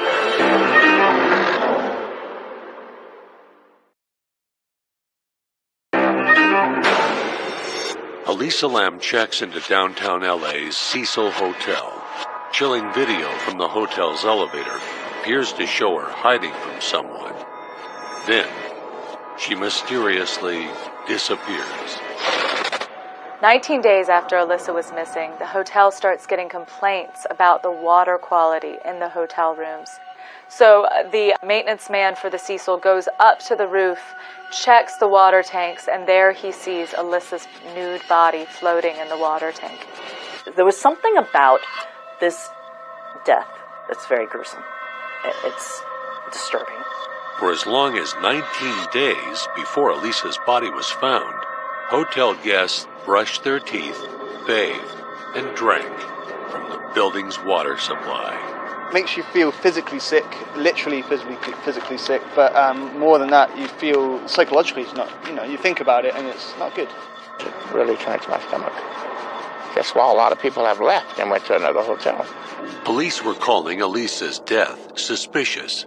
Initially based on how Elisa was acting in the hotel elevator, some had speculated that maybe she had been under the influence of drugs. I'm Jason Tovar, and I performed the autopsy on Elisa Lam. I didn't find any illicit drugs. Her toxicology report also didn't show any signs of alcohol intoxication. Elisa's autopsy was completed 4 months after her body was found, but it would only add to the confusion. After my examination, I concluded that the cause of death was drowning and the manner of death was accident. There was no evidence of foul play or an intent to harm herself, so homicide and suicide were excluded. But not everyone was satisfied with the autopsy findings. Some believed that this had to be more than just an accident. My name is Katie Orphan. I was one of the last people to see Elisa Lam. One of the things that is certainly strongest for me is the sense that maybe the way her death was ruled is not accurate. That maybe she didn't accidentally drown. It would have been a lot of work for her to get up in that water tank. Katie Orphan is manager of a bookstore 2 blocks from the Cecil Hotel, chillingly called the last bookstore. Elisa Lam visited the store on January 31st, 2013. She kind of stood out as a customer. She was asking my coworkers and myself a bunch of questions, telling us about herself a little, and really engaging in a way that a lot of our customers don't necessarily. They just come in to shop, but she was really chatty. The police contacted Katie Orphan after finding a receipt and some items from the bookstore in Elisa Lam's hotel room. Elisa Lam came into the store in the afternoon, and based on the police timeline, Elisa was seen in the hotel elevator video hours later.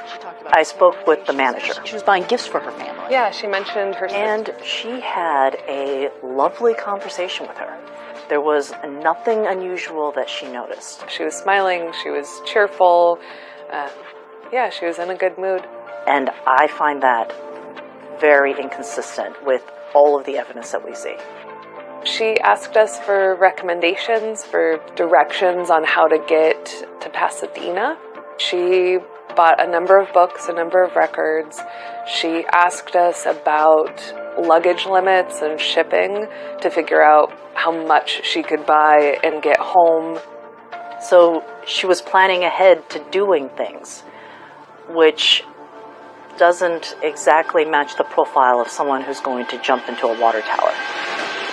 She didn't sound like somebody who was wanting to die or didn't expect to be going somewhere. So I'm not seeing any indicators that she was in a depressive state at all. I think somebody else had to have been involved for her to get in that position, for her to be found up there. The conclusion to her case is not satisfying to me, and I think to a lot of other people. It seemed like a very simple way of closing the case and saying, hey, there's nothing more we can do. It takes an extreme amount of determination to say that she went out there to commit suicide. I think most people, when you visit a hotel, especially in an older hotel, how do you know that there are water tanks on top of a building? How does she know that? Why not just walk to the edge of the building and do a swan dive? I mean, it's just too bizarre to think that this just happened. I have difficulty believing that. So was Elisa's body placed in the tank after her death? Police canines didn't detect her scent on the roof, and shocking details about the hotel were starting to emerge. The Cecil's history is filled with really horrible stuff. Who else was in the hotel?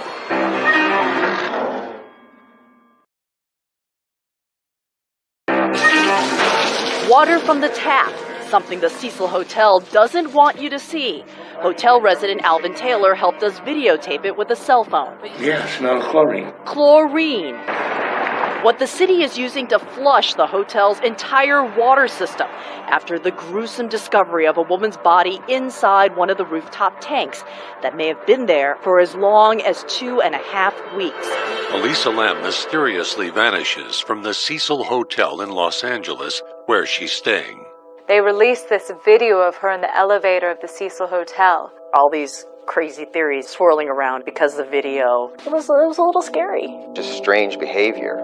Either she's in some extreme distress, or as some people have speculated, she's hiding from someone, she's afraid.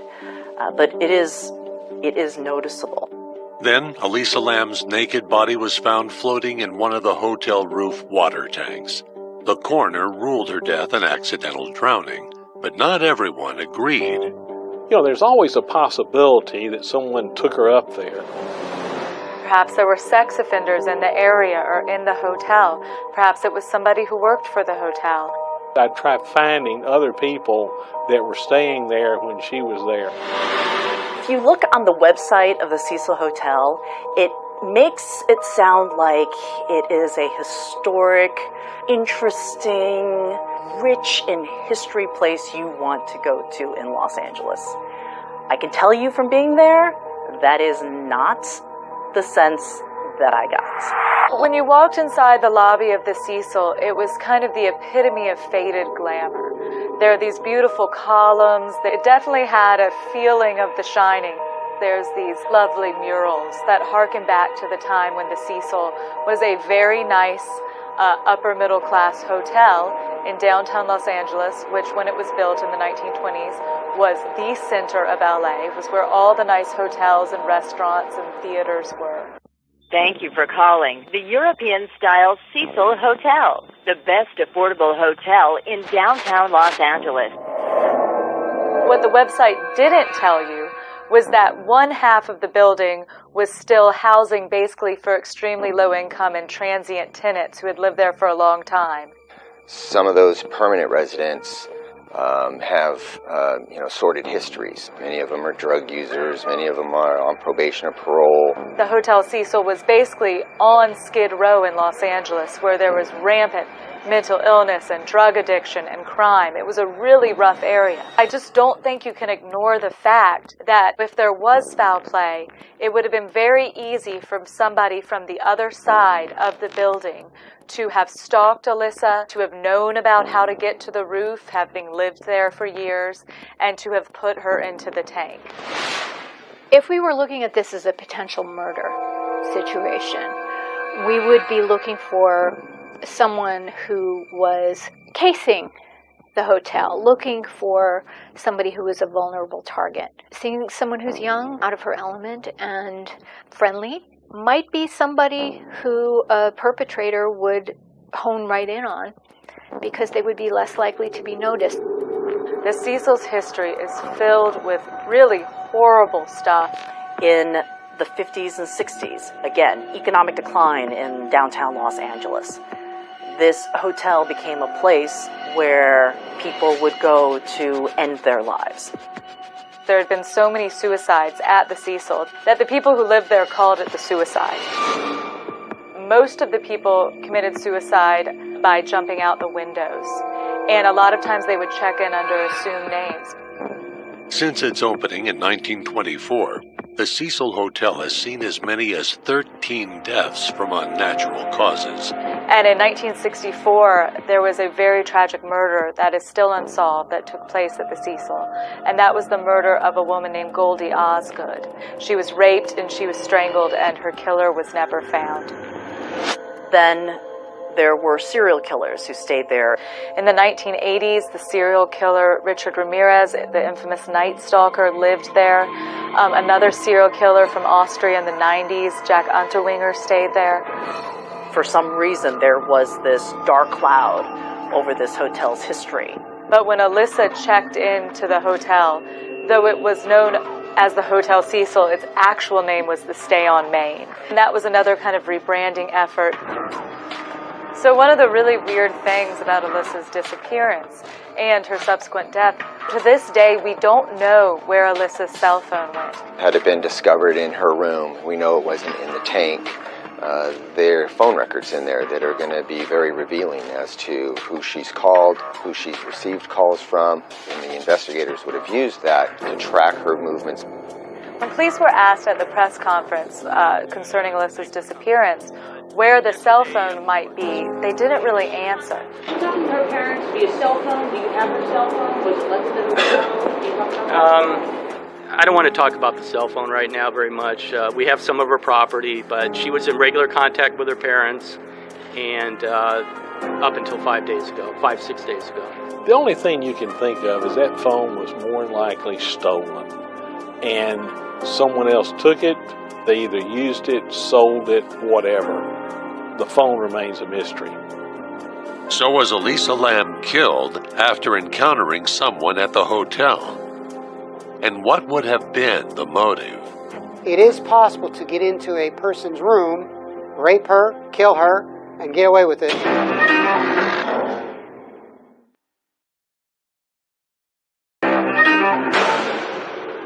Nobody notified. There's no water. I have to check out and find another hotel, have a business meeting. But trouble at the Cecil Hotel isn't just a maintenance issue. It's a suspicious death investigation for the LAPD.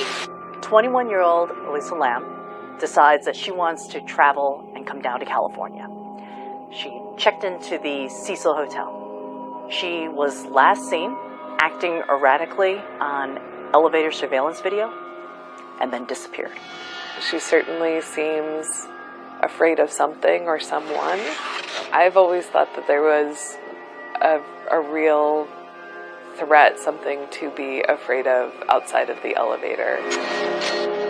She was found 19 days later after hotel guests complained of an unusual odor and color in the hotel's water. That initiated a maintenance man to go up and check the water tanks. As he peered inside, he discovered the floating body of Elisa Lamb. News that still isn't sitting well with some hotel guests who tell us they're disgusted. Wouldn't you be if there was a dead body in the water you were using and drinking? It's kind of odd, the whole damn thing. The medical examiner ruled Elisa's death was an accidental drowning. I feel that she likely climbed up there on her own. But some disagreed with the ruling and thought there were still too many unanswered questions and strange circumstances surrounding Elisa's death. The biggest question that appears to be unanswered is, how did she get in the tank? There's potentially two ways to get into that tank. There's the ladder that allows you to climb the side of the tank and then go into that open access. Phần đôi mắt của chú mèo này nha.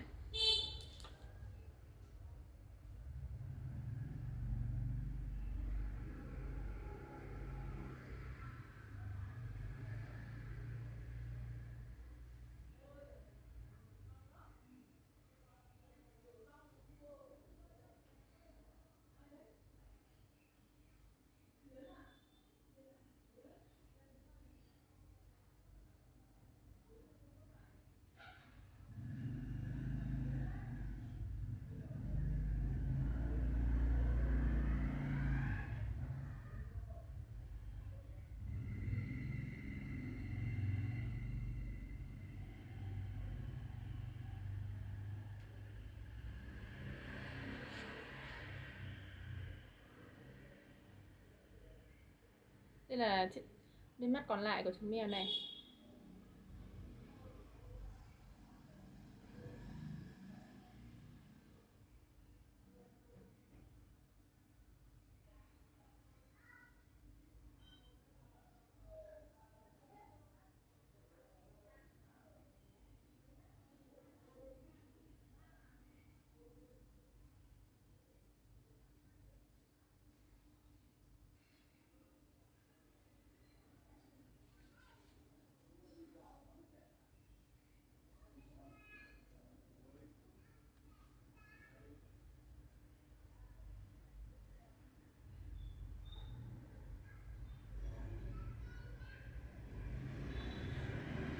Sau đó là đến chiếc mũi của chú mèo.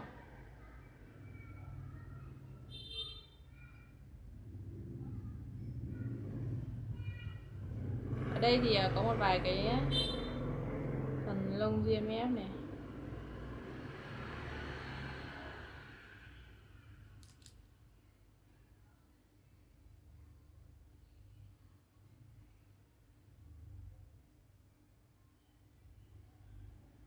Chú mèo này đang dùng lưỡi của mình để liếm lên cái phần chân này. Bây giờ mình sẽ vẽ đến là phần thân của chú mèo này nha.